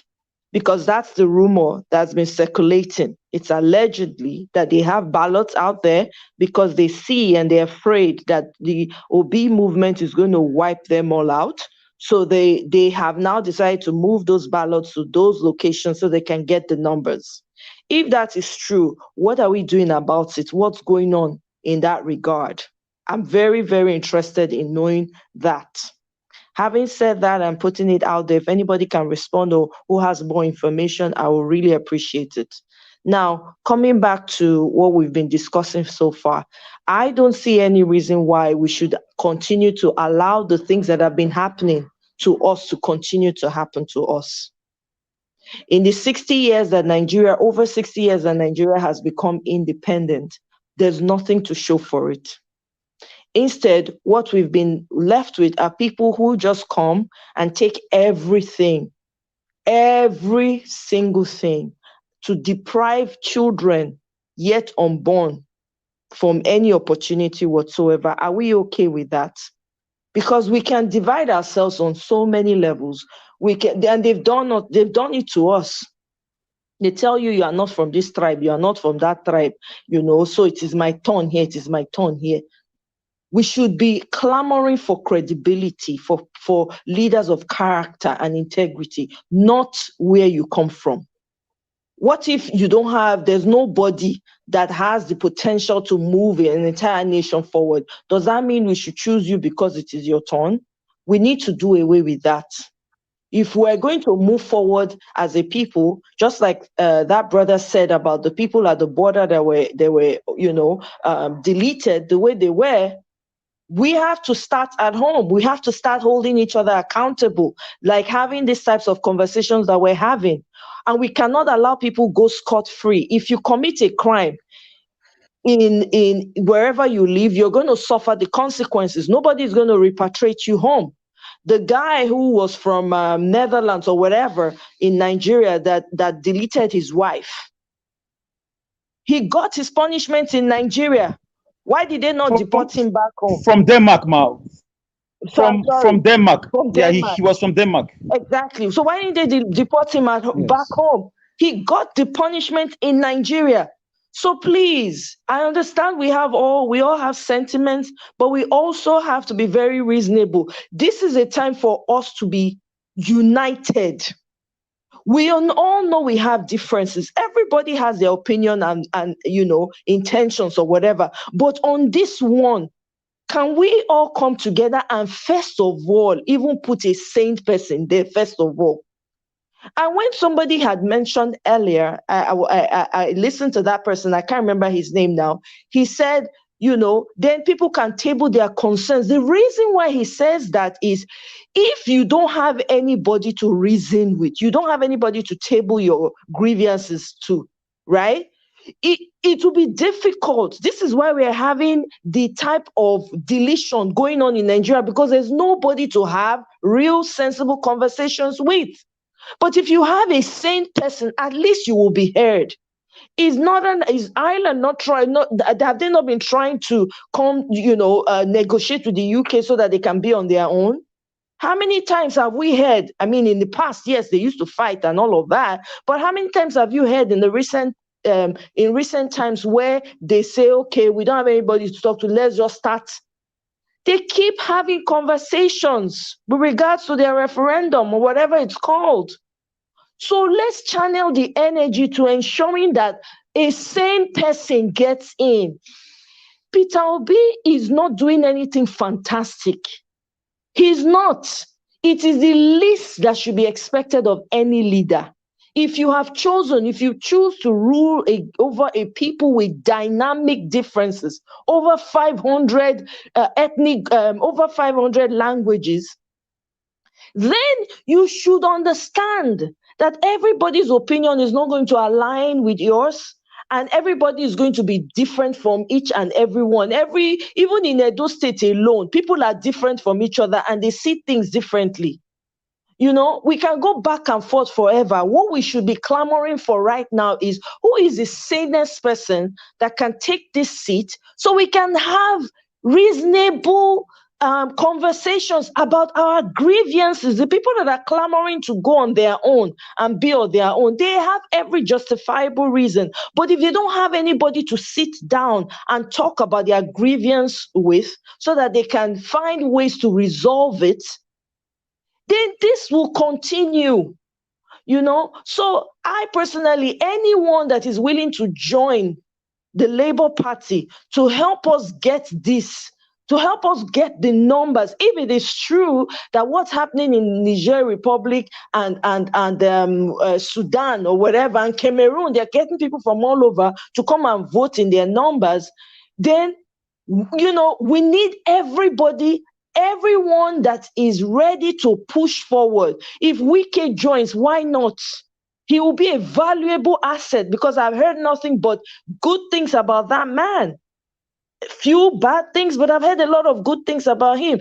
If, what's his name? Peter Showore, sorry. If Showore decides, you know what, let me put my own interests aside for now, he can join with Labour Party. We need everybody that we can get on the table. This is what we're talking about.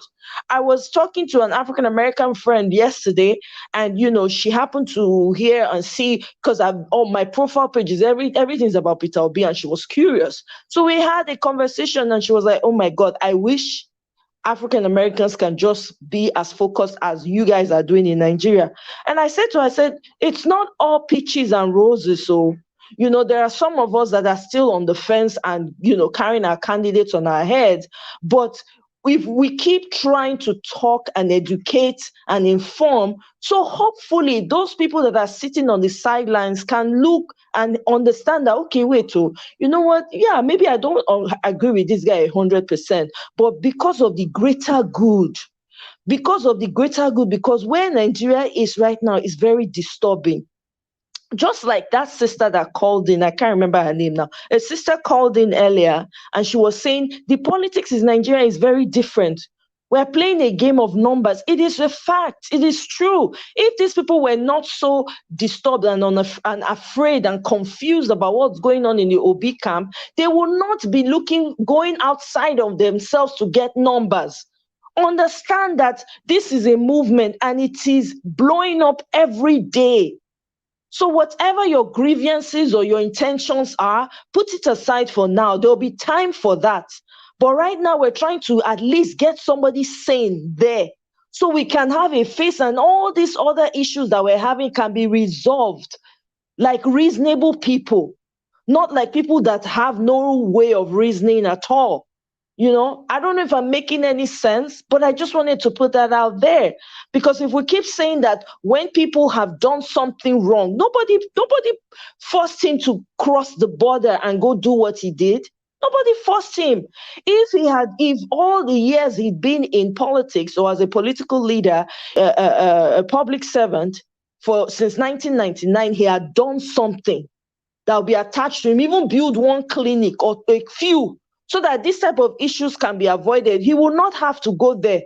But they keep they go abroad to go and shop for healthcare. Meanwhile, they leave the greater masses to suffer, and all of them, you know, die without any consequence. You strip an ordinary man of everything, integrity, everything. You strip them bare naked, you know, and then you go across board where you feel you are safer.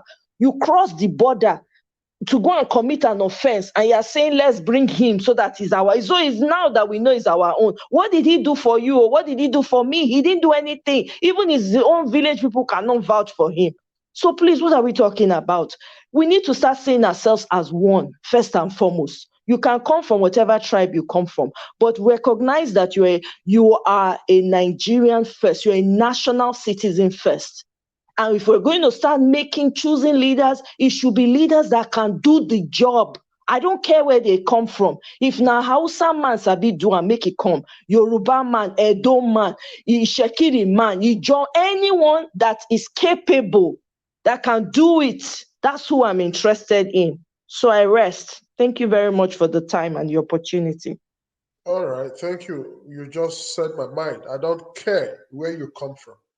I don't care who you are. Like True Niger is still trying to make us feel that we should be supporting evil. We don't support evil here, so we don't get our own. We don't. If you are right, you will get into trouble. And You if you are misunderstand. I didn't say we should support evil. yes, no, I can see your write up. I can see your write up. You are I telling said us to we love should support ourselves. our You own don't over expect me to love, other sir, people. sir. You don't expect me to love an evil man. No, it's our own. Even if it's an No, evil man, you don't hand your child over your no. own citizen Sorry, to sir. other people. Sorry, sir. It's not our own. If you are our own, you will build my hospital. If you are our own, you people would have done what is good. Then It's we will your own, protect oh, you. it's not my own, oh. It's It's not your my own. own. Okay, It's your okay. own. These wicked looters, they are Until we calling start, our own. Our what? Everybody now is telling you it's your how own. many people have brought? How many countries have brought their Tell, foreigners tell, to tell us? those leaders to fix the country. Tell those leaders to fix the country. They should fix the country, sir. It's us that we fix the country. I keep saying it is us. It's It's not not them. us. They've hijacked I, it. There's a No, cabal I that's have not, I have a they've hijacked question. the country. that is I have a weakness question. talking. I have a question. That's weakness talking. It's us.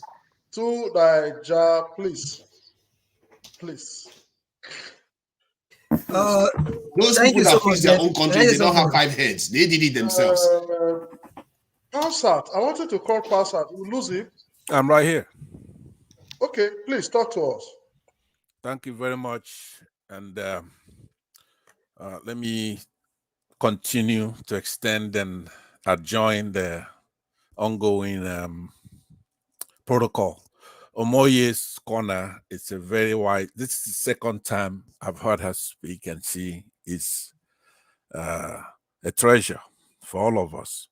So I will touch upon the topic that we have, which will be Atiku's response and all that. But I wanted to start off today with the sensitive topic, but I'm going to be tactful, careful, thoughtful, even diplomatic as I delicately deal with this subtle issue.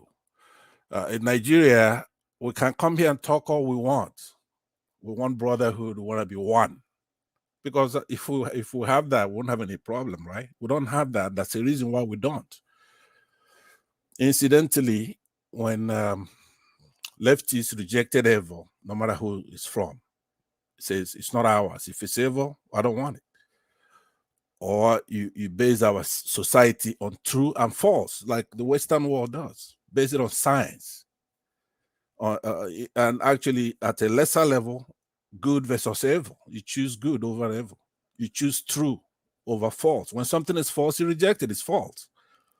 Because if it's true, it stands the test of time. Both, what do you call it? So I would like to deal with that. Of course, good against evil, wrong against right. But the sensitive issue that I want to talk about today is tribe. We have to deal with this. Tribalism. Ignorant people do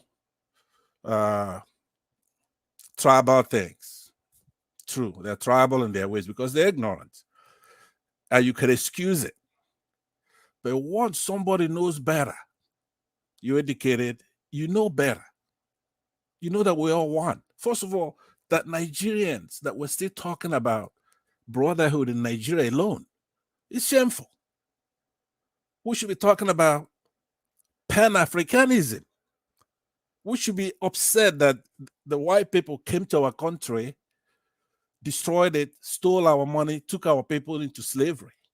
And we see them integrate monetarily, militarily, and very powerful. And where that doesn't work, they disintegrate peacefully, or they're forced to, at least without war, to disintegrate. And in some cases, war. But they do everything to bring respect to their society and upward mobility. So here it is. I'm going to be, like I said, I'm going to be very sensitive on this. it might actually be a panacea, what I'm going to talk about. Panacea is in the goddess of the Greek mythology, elixir, a halo, a nostrum for our country, Nigeria. And today, I'm going to be, the only reason why it's even more sensitive is the people I'm going to be talking about. I wanted there to be a lot of our Yoruba tribe on this forum, on this platform today, but if they're not, I could come back after what I'm going to say. I'm going to be very careful, knowing this is not my platform. This is not mine. I don't want it to be like I'm picking on the Yoruba, but I have to talk about our Yoruba tribe. They may not be here because this place is not beating up on the Igbos or beating up on anybody else. They won't be here. If there's anywhere they're beating up on the Igbos, they'll be there. If Ekweremadu is guilty of doing something, what does that have to do with us? As a matter of fact, he's traveled to Germany and they beat him up over there because of agitators in our land, those who are fighting to be free. Maybe their methods are not adequate, but not their cause.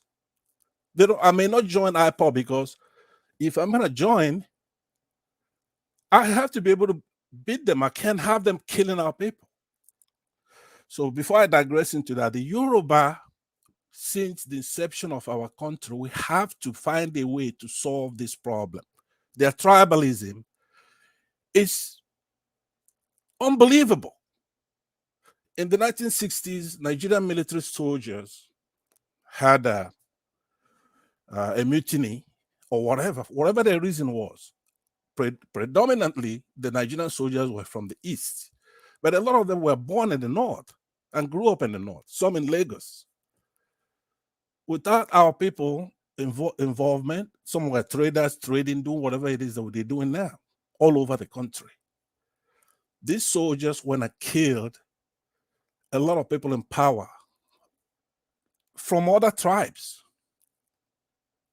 And it was disproportionate, to say the least, as far as the main actors. We don't know who planned it. We don't know a lot of things, but from the death, it's disproportionate. But anyway, because of that, our people were killed in the millions in the north before the war. This is not about the war, but what I'm saying is that the Igbos, Southeasterners, and others, it's not just Igbos, I'm talking about Cross River now, River State, and other people from the South got in a situation where there was a war. We were, according to the Aburi Accord, we wanted not to be dominated by Muslims and Fulanis, even those from outside the country. Make a long story short, we failed, but the cause of all that acrimony is from their what do you call Bello got killed in that coup. So he wanted to dip his Quran in the Atlantic, our side. And obviously our people never was going to allow that, are not allowing that, will never allow it.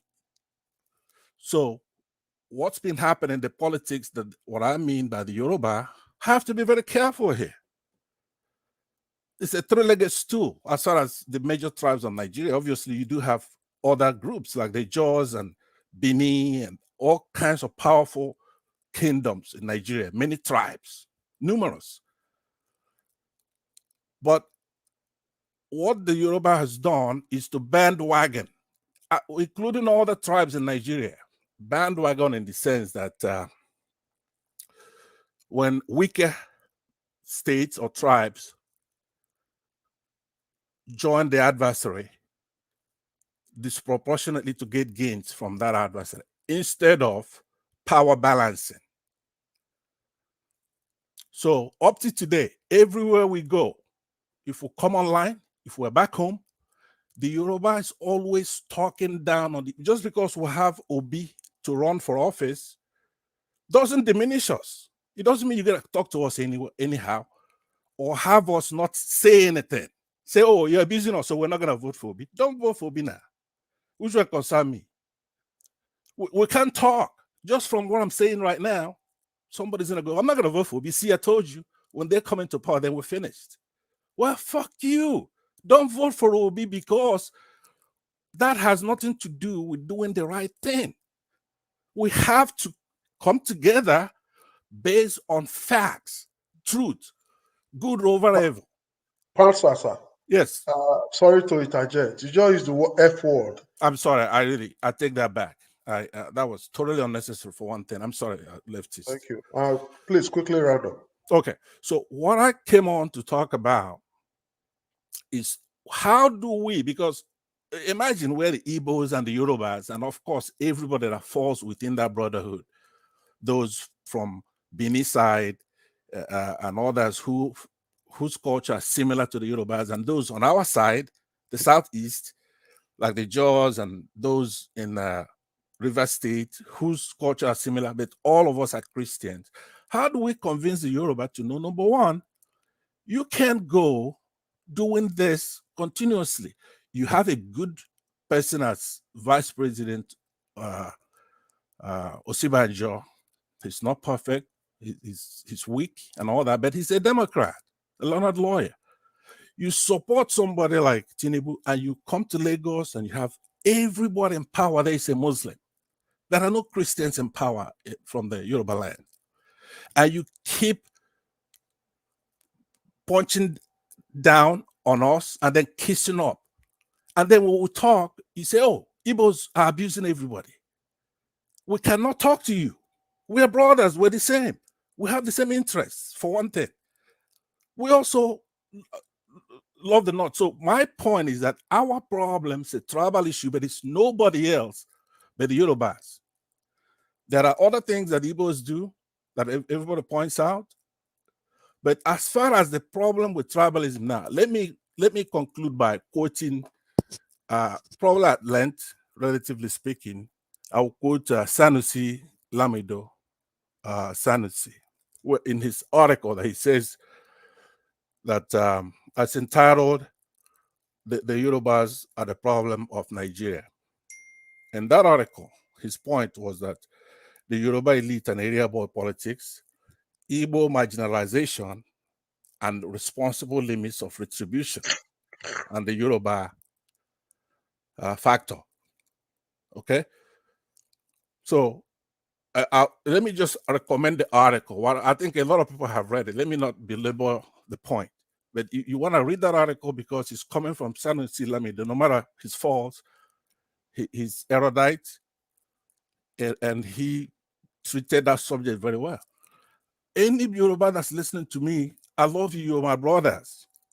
But it's time for you to really stop insulting the Igbos, stop dividing the country. Don't let Muslims take over the country. Let everybody practice their religion as a private thing. Do it for goodness sake.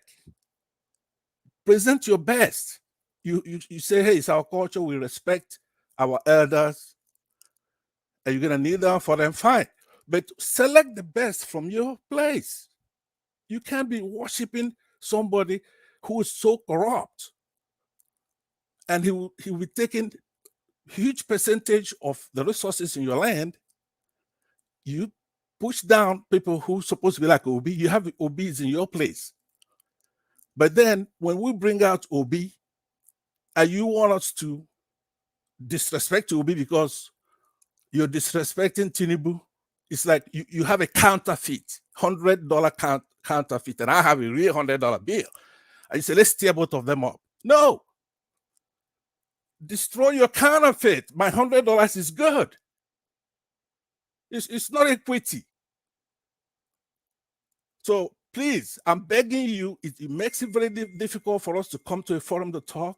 It's divisive forums, tribal, even us who are abroad. Even Nigerians at home are smarter than we are. Yeah. Thank you, sir. Yeah, I'm sorry, but it was sensitive. I did say that I would treat it as such, and I hope I was tactful enough and careful enough to raise the issue, and I'll be ready to answer questions or come back another time for that. Thank you very much, Lefty, and my fellow forumers. Okay, thank you. All right, thank you very much. Ejiro, please talk to us. Is Ejiro there? Yeah, lefties, thank you for having me, and thank you, everyone. Can you hear me? Yes, we can all hear you. Go ahead, sir. All right, thank you very much. Straight away, I just want to quickly comment and take a swipe on Kiremadu's issue, you know, that has been trending. Let's get one thing straight. The UK police are not stupid to accuse someone of such an offense. It is not Nigeria or policing in Nigeria. What I heard sound like the typical Nigerian mindset, a protectionist view on this one, rather than see objectively and gravity of of the case at hand in England, not Nigeria. For the UK police to deny anyone a bail application, it is very, very serious case, you know, yeah. You know, in line with a dangerous murder that is seen as a danger to public. Even terrorism accused people can be bailed in 24 hours unless an extension is applied for by the police. They will need a very deep pocket and very deep good lawyer to get them out, you know. Well done to the British police, I would say, and probably the British Embassy in Nigeria for spotting their intention and plan on this issue, you know. Imagine this whole thing happened here in Nigeria. The hospital reported to the police, will the Nigerian hospital have mastered the courage to report the Ekweremadus to the police? And what would have been the outcome? You know, my guess here, you know. So Nigeria is one of the country that produce the best doctors in the world, but no hospital or system for these people to practice, to give Nigerian the best care, what of attracting other people to our country for medical solution. It seems normal. The rich and powerful jet off to take care of themselves and their likes, you know, while the rest are wallowing in poverty, in miseries, you know. So this will serve as a lesson, because our political leaders are just doing what they like. They've put the country in such a bad shape, and now they want to take that same mindset overseas, you know. Like someone was saying that we should protect our own. How are you going to protect your own when your own is not doing what is right? If your own is not doing what is right, you call a spade a spade. You know, so we shouldn't look the other way around when something is going wrong. You know, so Nigeria today is in a bad situation, is in a bad shape because of these so-called leaders. You know, okay, let's put it this way. Let's put it this way. Nigeria is like two individuals. I always say to people, one want to go to outer space, while the other one want to go to Afghanistan in Kabul, carrying AK-47, roaming about.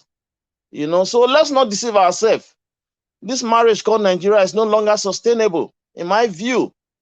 That is why we have one language in Nigeria today.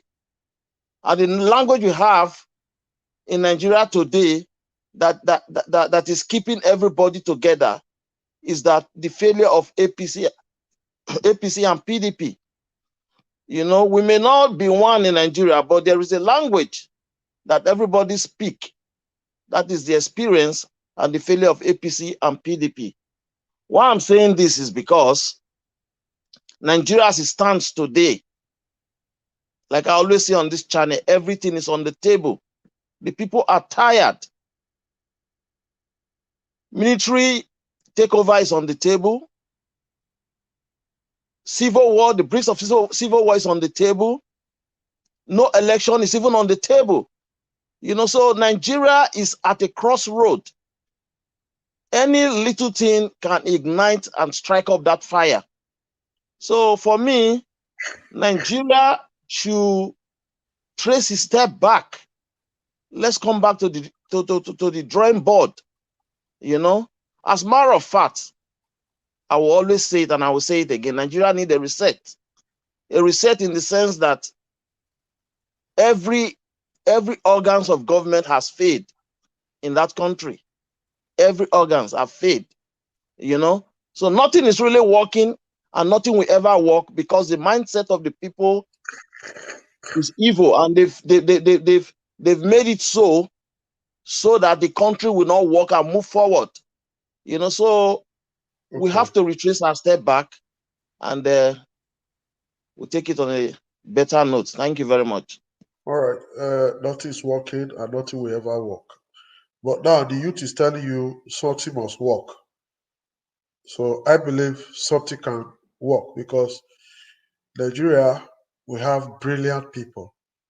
We have potentials. We have everything to make a country work. So according to you, we are now retracing our step. We want to make sure we rescue the country. So Ababude, please talk to us. Wow, good evening, sirs. Good evening, sir. Thank you, sirs. Sincerely speaking, I never want to join the panel this evening.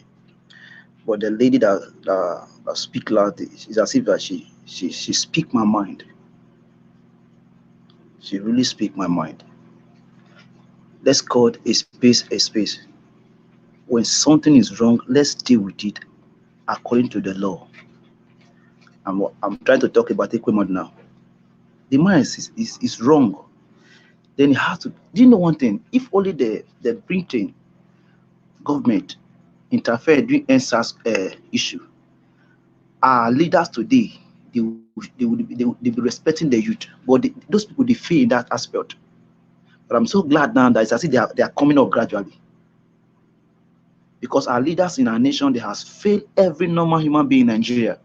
For those people who still believe that Nigeria will still exist, because a lot of people are crying now, clamoring that Nigeria should be divided, which I never pray for that, because if we divide Nigeria today, everybody is going to face it. Now let me come to the issue of Peter Obi. Sasama, this issue of Peter Obi is a quite easy issue.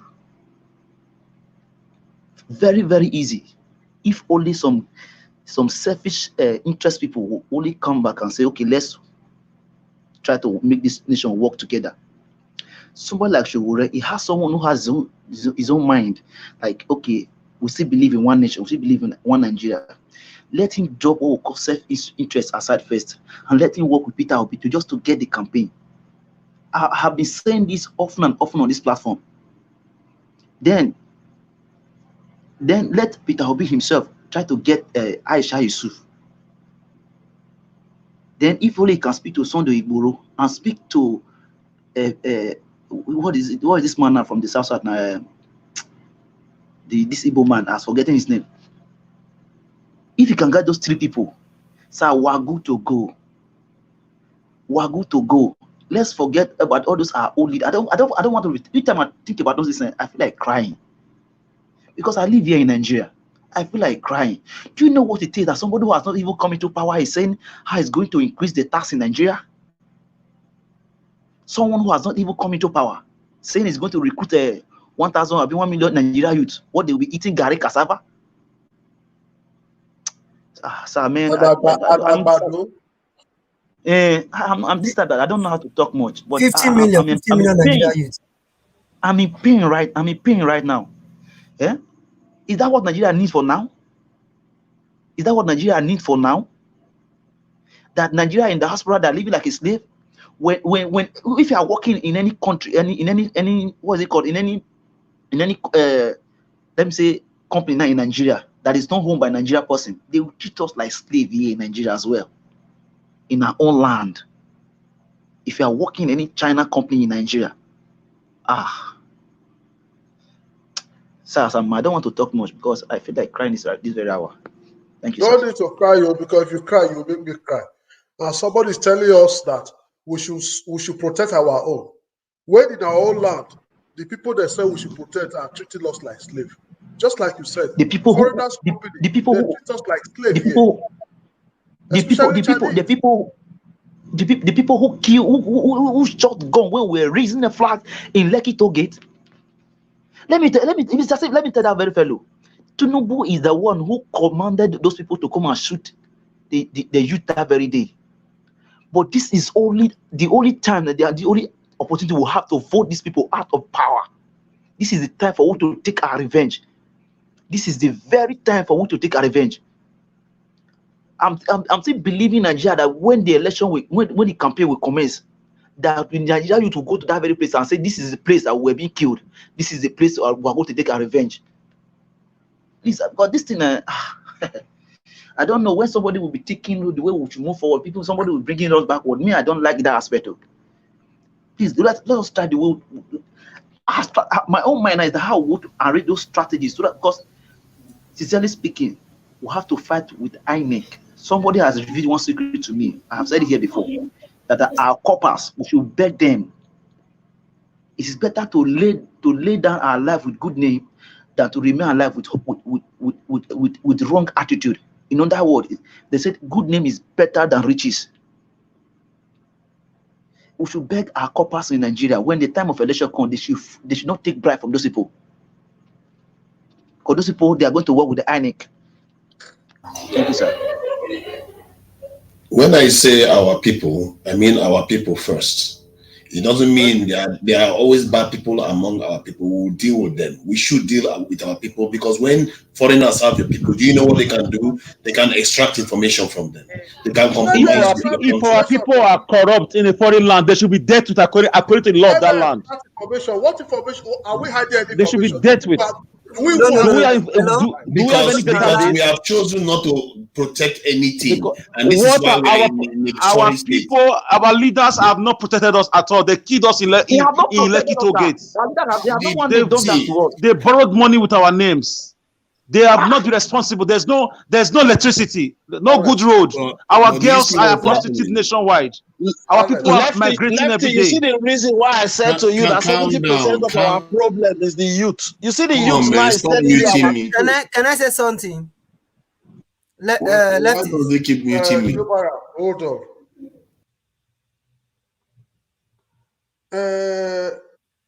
To Niger, I just manage you by putting you on the back stage.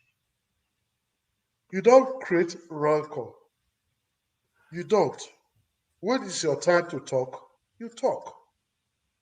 When it's another person's time to talk, allow other people to talk. You don't interject when somebody maybe don't agree with you. Almost everybody here don't agree with you. Can't you just think we are all not agree with you? Does it mean we are all the same, from the same family, or we are Igbo, the same Igbo, or the same Yoruba, or the same Hausas? We are all different here.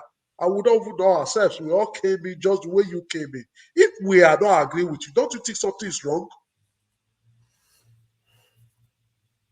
This is the problem. What is our own? US is protecting their own because they love the leaders. These are the people that have fought for their country. Look at the way people are living. You are not in Nigeria now. They are protecting their own. A US citizen was kidnapped here in the north. They came and removed that person. How many Nigeria don't go to even Libya here? How many Nigeria don't go to move? You say, I don't understand you. How many has Nigeria protected? A country that don't know, that don't even reason their youth, have no love for their youth, apart from looting, and you say I should still be the looters, let them kill them there. Let them die there. Lefty so say let them die. Before Igboho came, how did Igboho came? Igboho leave the journey. He came to Nigeria to fight for what? Is it not because of the killing? Before now the Kanu started to talk the way he talked, would somebody talk like that in UK? Would somebody talk like that in London, in Europe or in America? I don't understand what you mean by our own. We should love ourselves. We will not solve our problem. And one of the people giving us problem now is being heard elsewhere. You are saying that we should all not condemn it. We should first save him down so that he will continue looting us, continue giving us bad government, continue killing us. No, this is how it's going to start. Because we never get chance to do revolution, to massacre all of them the way Ghana do their own rulings. What are you saying? And you are still arguing with everybody here. I don't understand.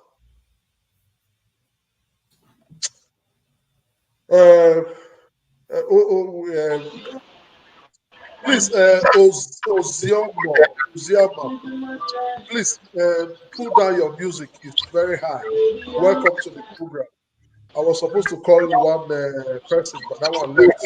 So let me, Ozioma, can you hear me? Okay.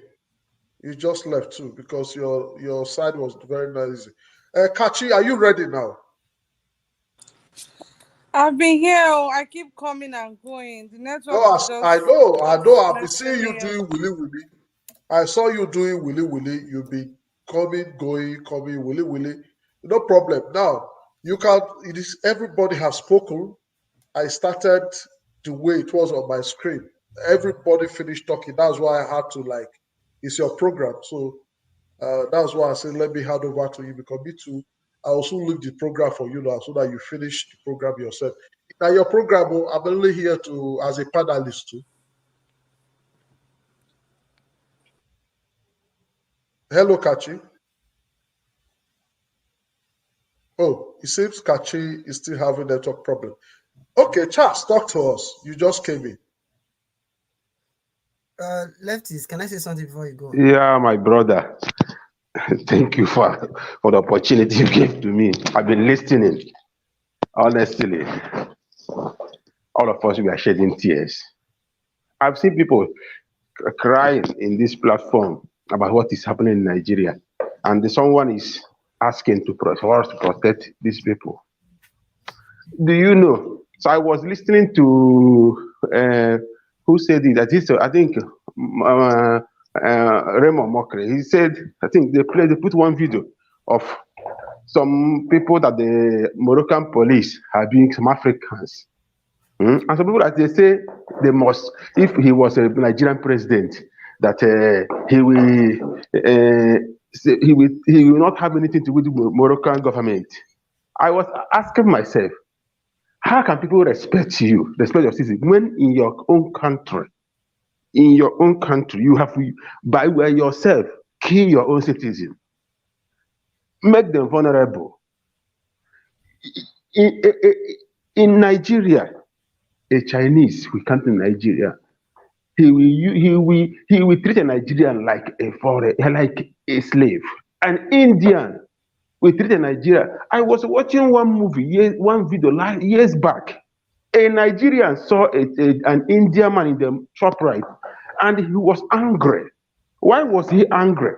The guy was living in India, and how the Indians treated him in India. When he came back to Nigeria, he saw an India, and all of us we understand how this.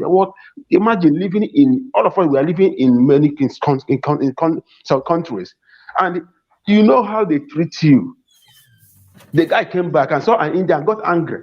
You know what? Nigerians in that place, they rise up against the guy.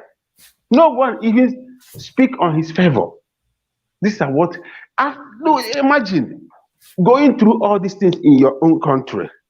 Imagine your police shooting you like even you are a cow is more valued than a car is valued more than you. Imagine in your country where you will protest, the police will shoot at you like nothing. You cannot protest, you cannot ask for your right, you dare not try anything. And there are people who that are responsible for all these things. And someone is saying protect them. Somebody who has not protected you, who has exposed you to all manner of dangers, those who have stolen your future, those that have stolen your health, those that have stolen your education, those that have stolen everything that's supposed to make you comfortable. I'm living in Australia. Here in Australia, I'm not a citizen of Australia, but I'm a resident of Australia. As a resident of Australia, I have access to good Medicare. Every year, after the end of the year, government will give me a tax return. When there was coronavirus, I went to the government. I dip hand in my super. I took some money because they told us if what we are getting at this moment is not enough for you, go and take some money from your super. If I have, one of my friends have contacted coronavirus. The government within 2 weeks, the government pay him $1,500 just because he's a foreigner. We are all benefiting these things in a foreign land.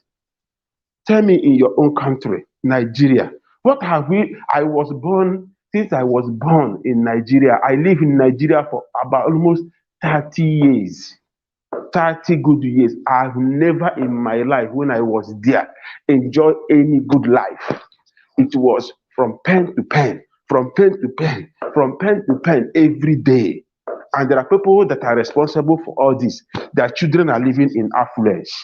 Their children are having good medical attention overseas. Their children are studying overseas. Their children are living large. When they come back to Nigeria, we watch them, we look them like they are different from us. These are the people that are citizens of Nigeria like us, but we look them, oh, they are different from us. And somebody say protect them. Why will you protect them? Or how? How will you, if any of them commit any crime overseas, let them face it. Let them face it. I wish something will happen.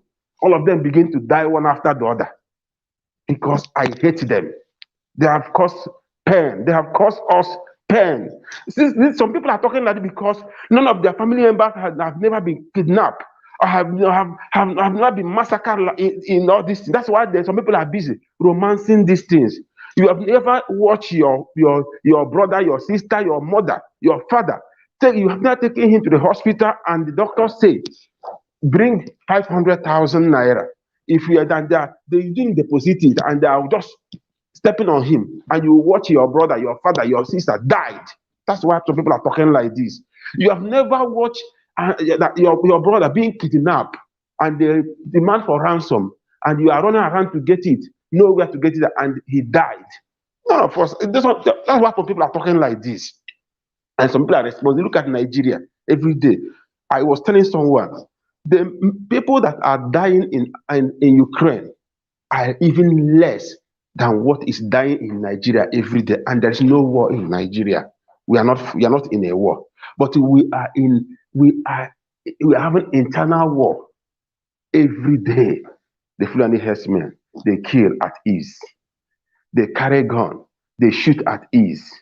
You go to your farm, you saw a Fulani herdsman taking your crops to feed his cows, and you dare not talk. You run away because if you talk, he will kill you. He will try to kill my brother.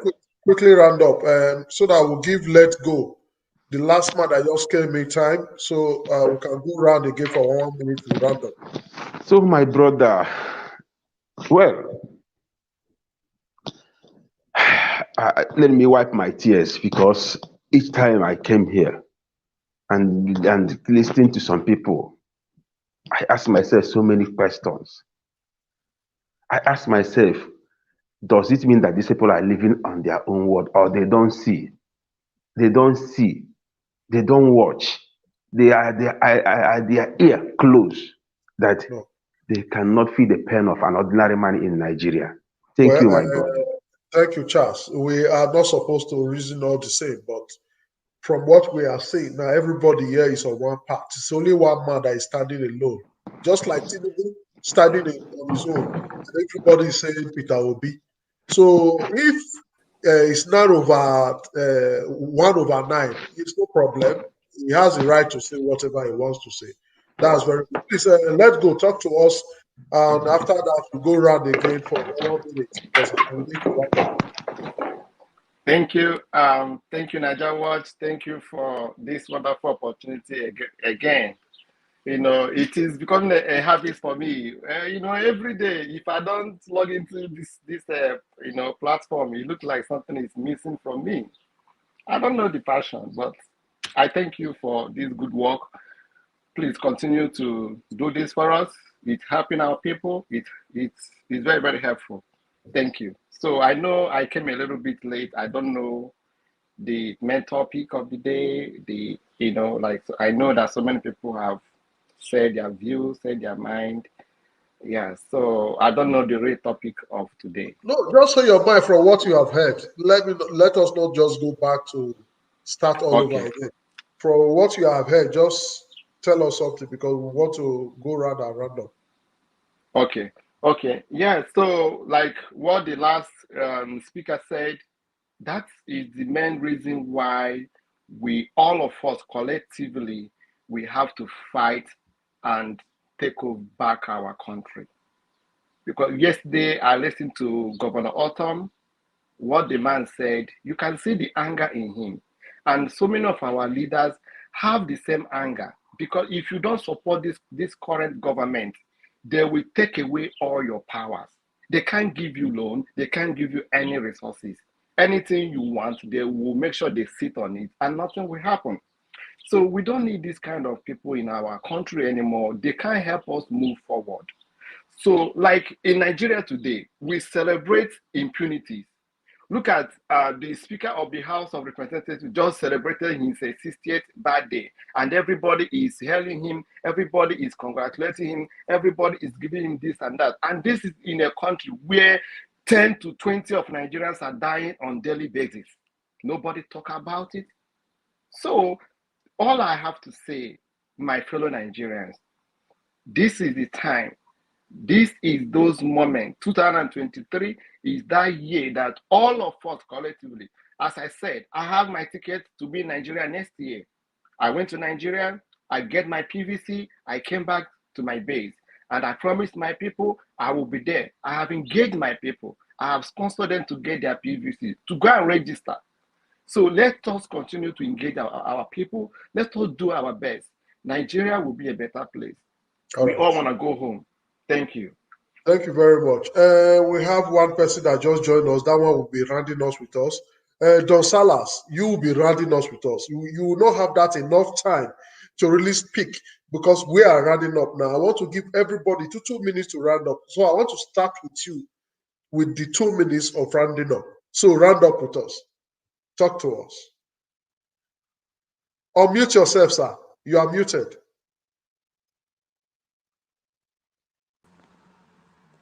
Okay, good now. Can you hear me now? We can hear you now, sir. Go ahead, sir. Very well. I greet the house, and I want to say that I'm very pleased to be associated with your program. I just recently subscribed to you. I live out here in Houston, Texas, in the United States. Hey, it's our country. I'm in Nigeria, full-blooded, just like everybody is. And that last caller touched a nerve, we have family back home. We have our root back home, right? My people, I'm an Ishama from Edo State. We have a proverb that when you go you go fight a war, you take your victory back home. Okay, Nigeria is the only country we have under the sun, and we are very eager to join in synergy, both with those of us in the diaspora and people back home, to bring about a change in the mindset of people. Okay, we have to change the mindset of our people. Change starts from the mind. It starts from what is upstairs.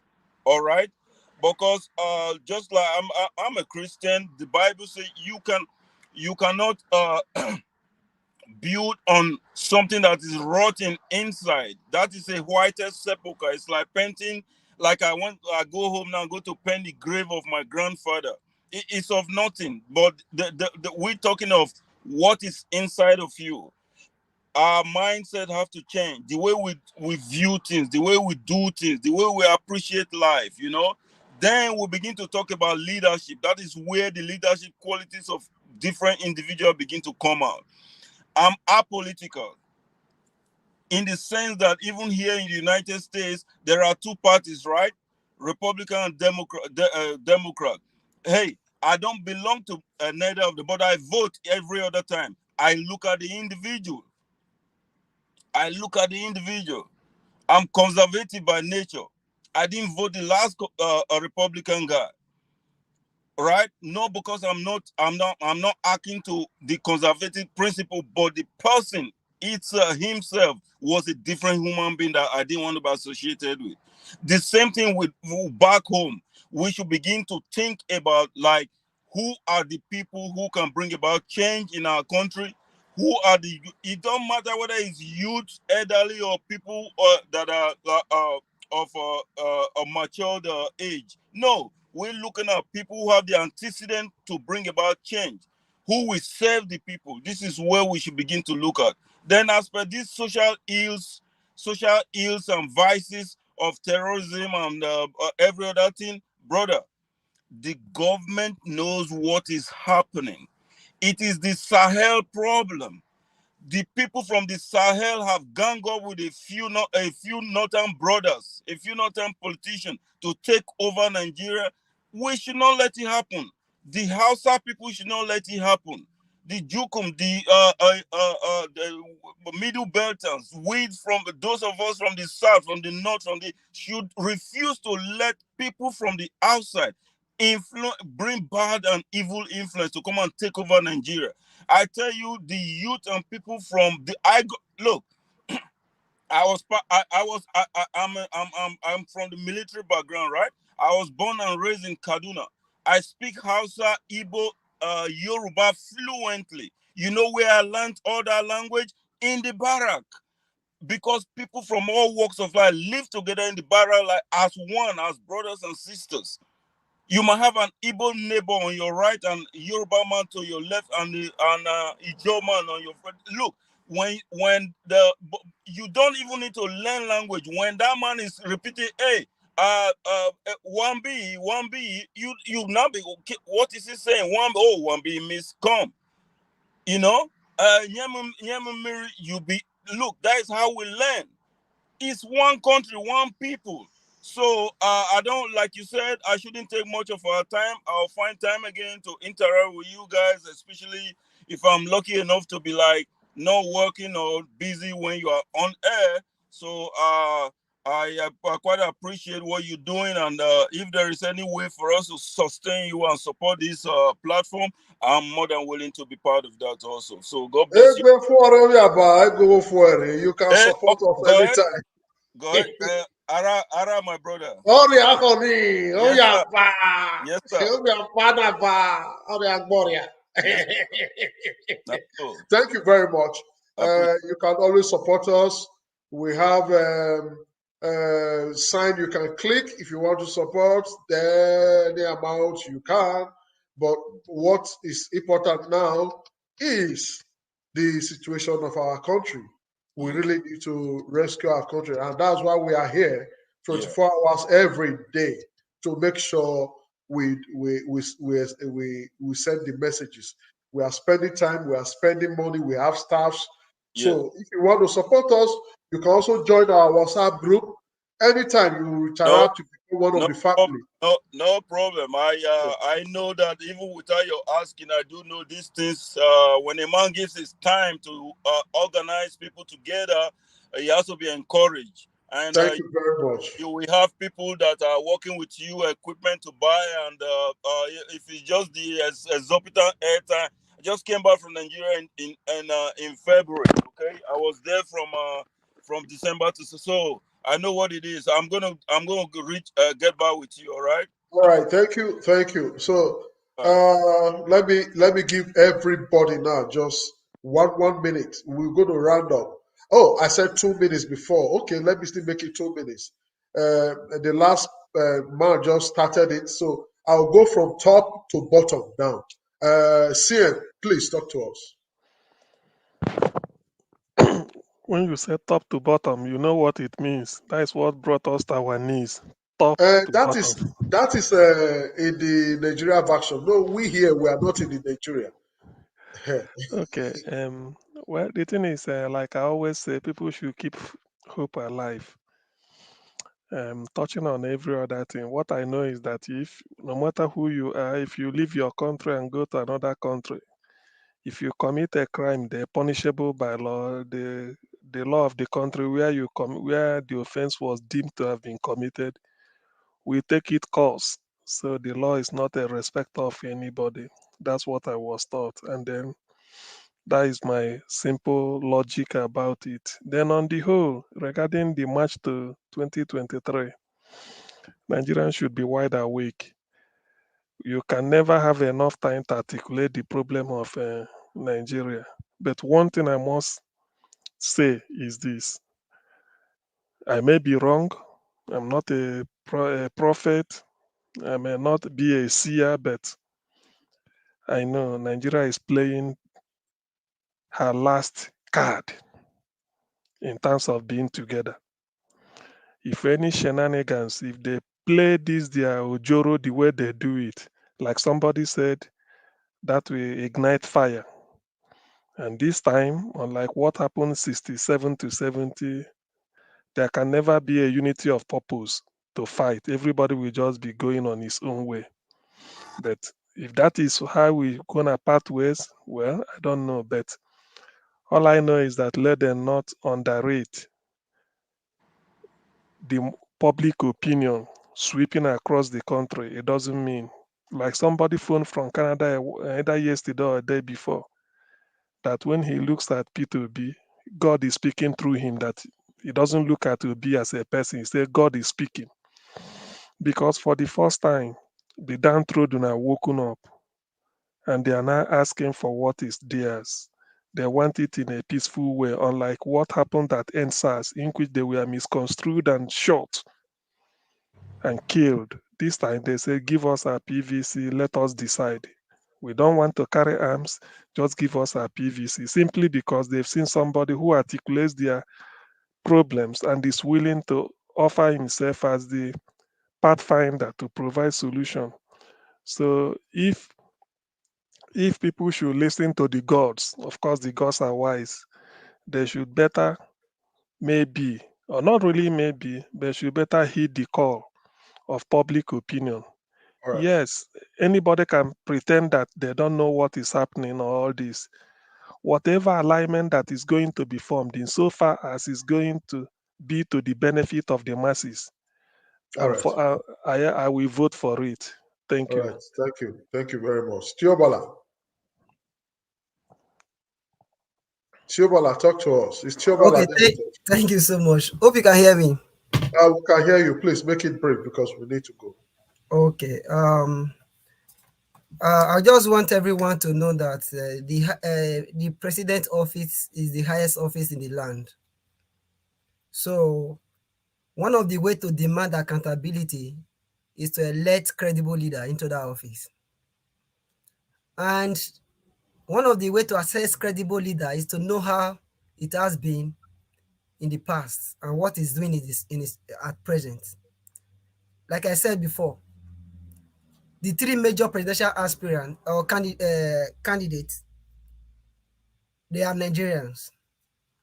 We want to know their educational qualification, ranging from primary school We want to know how they make their money. We want to know their age. We want to know anything regarding their past life and the plan they have for Nigerians. They should not just put it on paper. They should come and meet us.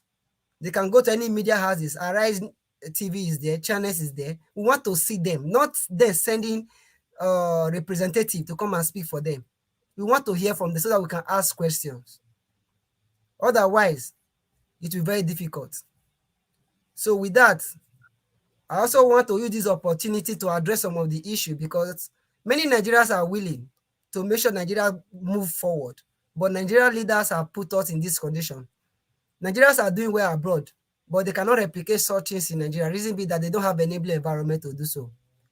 We want the leaders of today, and we to do the needful, and we the masses should try as much as we can to elect the credible leader, both at the national level and the state level, even at the local government level. Whether any party, whether APC or PDP, check the person vying for the local government election, state election, as well as the federal election, whether House of Rep or wherever. Just try, look at the credibility of that person. Don't vote for it because he wants to give you money. Don't vote for that person because he's your brother. Nigeria is at the crossroad. We need to rescue that nation. We need to make Nigeria to be a productive nation. Tiobola, I think that is a good one because we need to keep to time. You are starting another long one. Quickly round up with 30 seconds, please. Okay, thank you so much. Please, all I'm saying, Bola Ahmed Tinubu should provide the certificate, and Atiku should come and meet us. Tell the whole world what he wants to do for Nigeria citizens. As I said before, whether they bring it or not, we already know the antecedents. All Nigeria should queue up behind Peter Obi. He's the man of the moment. Please, let's rescue Nigeria. Thank you. Yes, thank you very much. To Niger, talk to us. Yeah, thank you for giving me the opportunity. Obviously, regarding the points that I raised earlier on, I was saying that we have to remember that when our leaders sell us and we sell them out, then what does that leave any of us? We have to start changing and realizing that when we value each other, things are going to start fixing itself. You are not going to see somebody importing wrong drugs for the people. You are not going to see people looking to run away with the money, because we have to start protecting our leadership and ourselves. Nobody will do it for. Look at how other people do it. That is exactly what they are doing. How is it? This is not Wike. It's obvious. This is what they killed black people in the Moroccan border. Those people were not shedding tears for us. They treat us like animals. We have to realize these things. If we don't value ourselves, who is going to value us?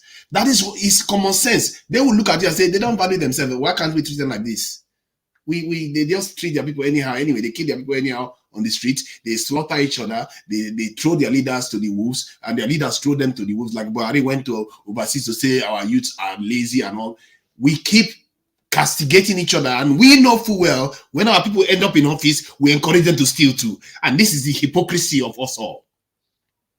We do it and we pretend as if we don't do it, and we act as if there are no sides to this. There are sides to this. This is why we are suffering. This world, they gave themselves $17 trillion in loans in the last 2 years. By now, it's about 20-something trillion. Africa got nothing. That is not monopoly money. These people don't like us. They know why they are doing it, because they know how to buy our people. Can you imagine what they can do with that money to buy our leaders? These leaders that we are throwing to the wolves, they have money to buy them, and they'll give them weapons to suppress us. I'm just saying, we have to use our tongue to count the number of teeth we have. If we don't care for our own, we don't care for every strand of hair on a black man's head, nobody will care for it for us. We've sold our people for slavery for a long time. Our forefathers did these things, and that sin, we have not even made our peace with it, and we want to do more. We want to say, let other man try our people. Let other person do this one. Any people that outsource their survival and justice to other people have forfeited their survival and justice in this world. You will never get it. Nobody will give it to you. Thank you. Thank you. Thank you. Thank you. Round up in 30 seconds. Thank you. So on Peter Obi, let's not mince words. He's the best candidate right now. If I'm voting today, I will vote for Peter Obi. That is obvious. And the country, the people, if they are supporting him, good, support him as a form of a potential answer to the problem. After all, he is the best candidate out there. However, you have to have what you want.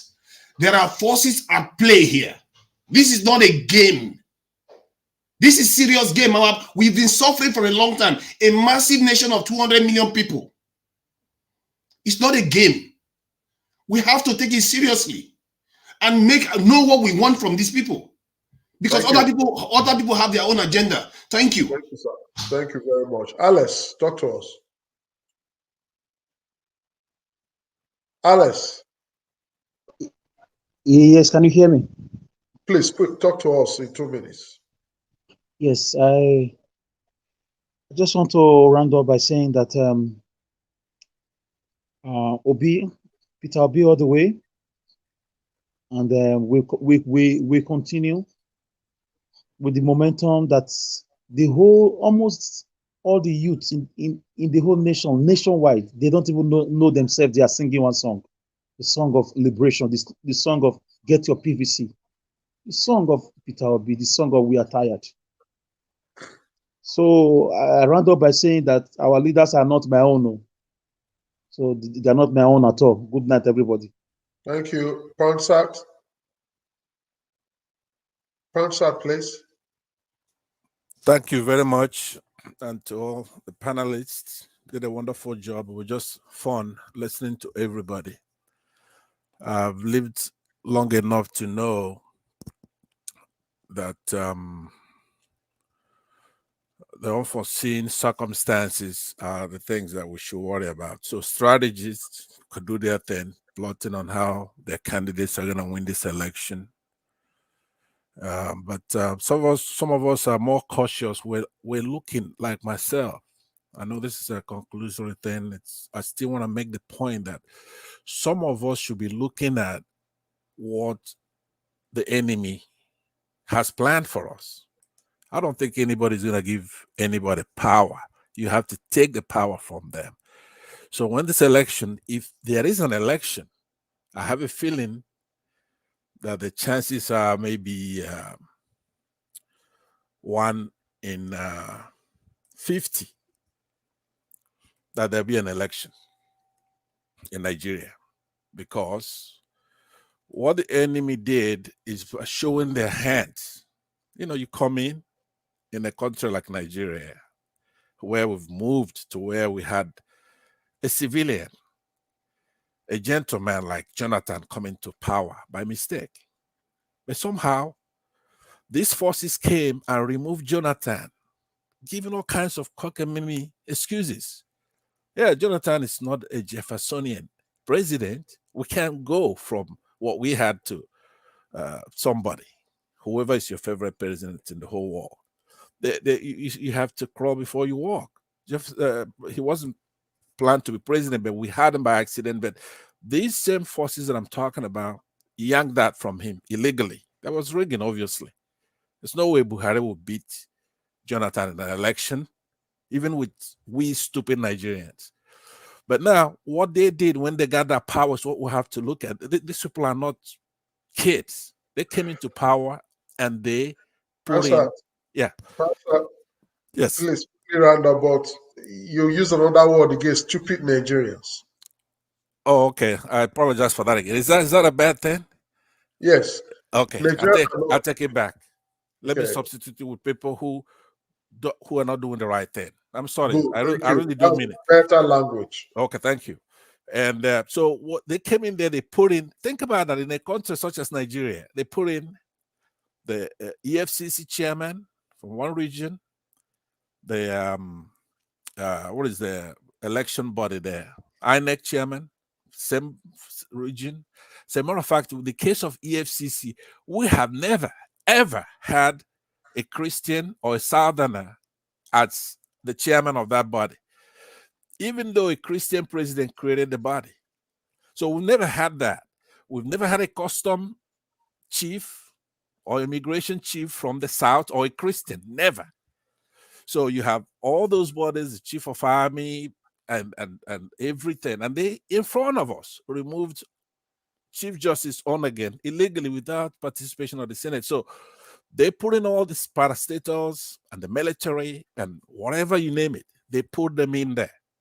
Please So round up your so 2 minutes over. absolutely. So let me just say, so people who will do something like that, they're not just gonna turn around and let you take the power back from them peacefully. There's no way they're gonna do that. So bear in mind, there may not be an election. That you have to think about that. Don't let anybody come here with talking highfalutin terms how they're gonna vote and do this. First of all, let me conclude by saying that the way I'm gonna know if there's gonna be an election by a couple of months from now is if the United States is involved, and they guarantee if they don't, trust me, there will not be an election. If there's an election, it's just a joke. They would rig it. Thank you very much. So let's put that in mind, that the chances of having an election is far, far less than not having an election. Thank you very much. All right, thank you. Charles, quickly just talk to us briefly. Thank you. I'm here. You see, I think is it Teobara? He says something. Here in this election, I have a friend and a brother who wants to contest in the House of Assembly. I call him, asking him one question. I said, "You, why would you want to contest? What are you going there to do? I know you as an individual. You have not been successful as a private, as on your own. Then what makes you think that when you get there, where public money will be coming, you can manage it on your own? You not manage your own. Why I say this? We are, like he said, we are electing this is the highest job in the land. We are not supposed to allow anybody, and just anybody to come in. We are not supposed to. You can't allow that. Somebody who cannot come out, like I was asking someone. I called one of these Channel S. This thing, is it? Forgetting his name. I asked them, you guys are inviting this guy Peter Obi every time for interview, and the world is watching. When are you guys going to invite other aspirants? Because I don't know if you guys are playing kind of they call it Ojoro here in Nigeria. You guys are playing Ojoro. That it is only one person you guys are have continuously be inviting, or does it mean that when you guys invite the other ones, they don't want to come? What's the problem? Because I've watched you guys. It is only their representatives that are coming, not them. They need to come here. Stand here. You ask them question. Nigerian will listen. Pick a call. Call them. Ask them. See. How are you going to handle it? They answer it with their own mouth. Not you guys coming here every day. People, you are inviting him. So we need to do that. We need to force the media, all the media, because the problem we have in Nigeria is the media. They are too biased. If we can hold them and force them to do this for us, let us ask these people questions. Let us ask them their credentials. Let us ask them to tell us where and how can we verify their profile, know where they are coming from, know what they have done in the past, and where they are now, and how they are going to handle the present situation now. We need to do all these things. That's all I want to say. Thank you. All right, thank you very much. Let's go. So much. Thank you, Naija Watch. Thank you so much. Yes, what the last speaker said is the truth, because I'm beginning to see that all this Arise channel of a thing, they don't tell us the truth sometimes, although they do. Because every time you keep inviting Peter Obi, when are you going to invite Tinubu? I wrote them a letter. When are you going to invite Tinubu to come and talk to Nigeria? This is the way Buhari did. Even in the debate, none of them was there. And up to today, Buhari only talked to us through presidency. Let nobody live in denial. Nigeria remain one bar, one complete bar, and that bar is shaking. So we need to take back our country. We need to stand firm. We need to take the risk. We need to engage our people from the grassroots. We need to put pressure on INEC. We need to put pressure on them. That is where the problem lies. Thank you. All right, thank you. You just said that. Before now, Governor Otto was still on channel. I did just want to link that. I was called to do that, but I just felt maybe we'll get the information later. He was on channel not quite long ago. And you said they're always inviting Peter Obi. Don't you think it's better for us? They know that Tinubu has nothing to say.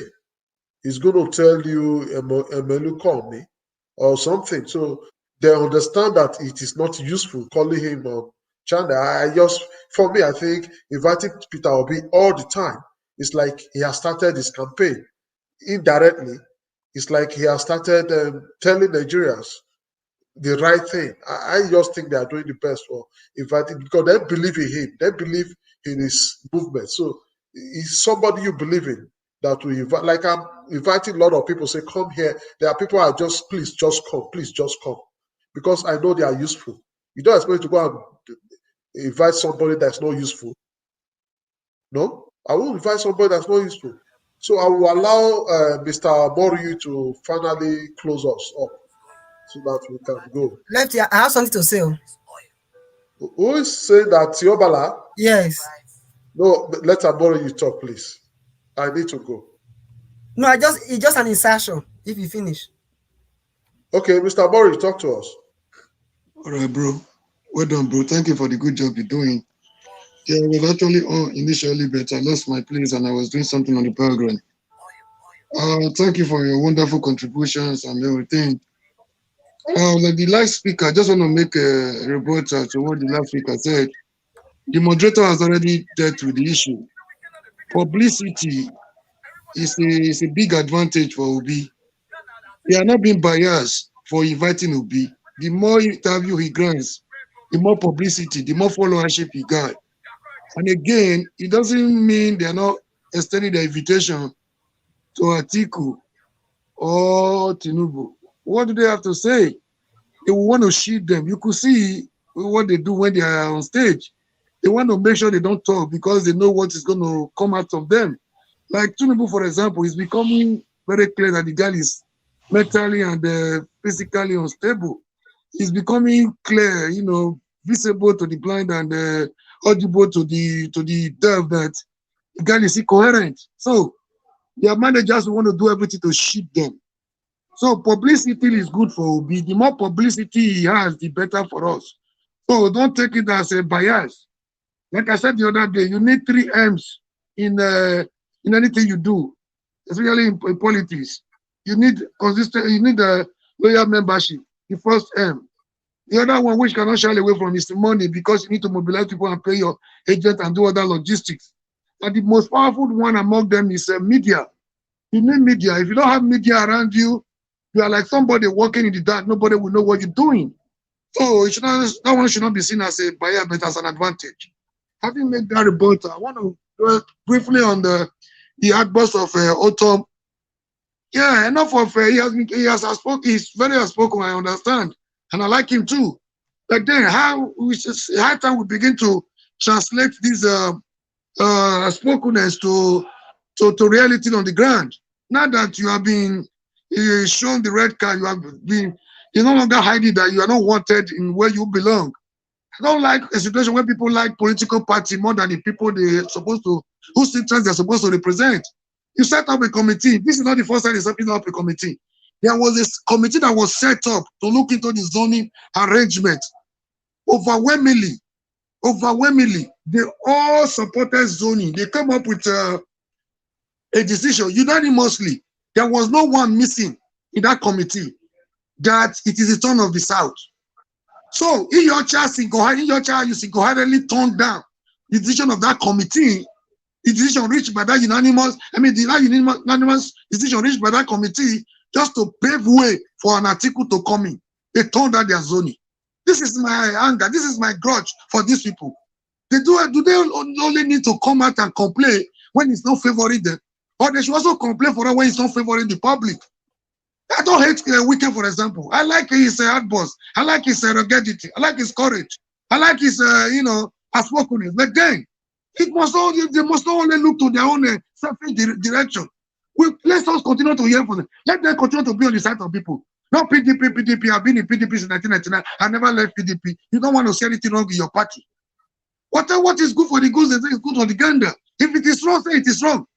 Let them always be on the side of the people. Let them identify with the people. Let them come with more people-oriented ideas so that we know where they belong. Since political parties in Nigeria don't have ideologies. So we don't want to hear enough of this crying. Auto should should convert the hardballs, the complaint to reality on the ground, especially in the Middle Belt region.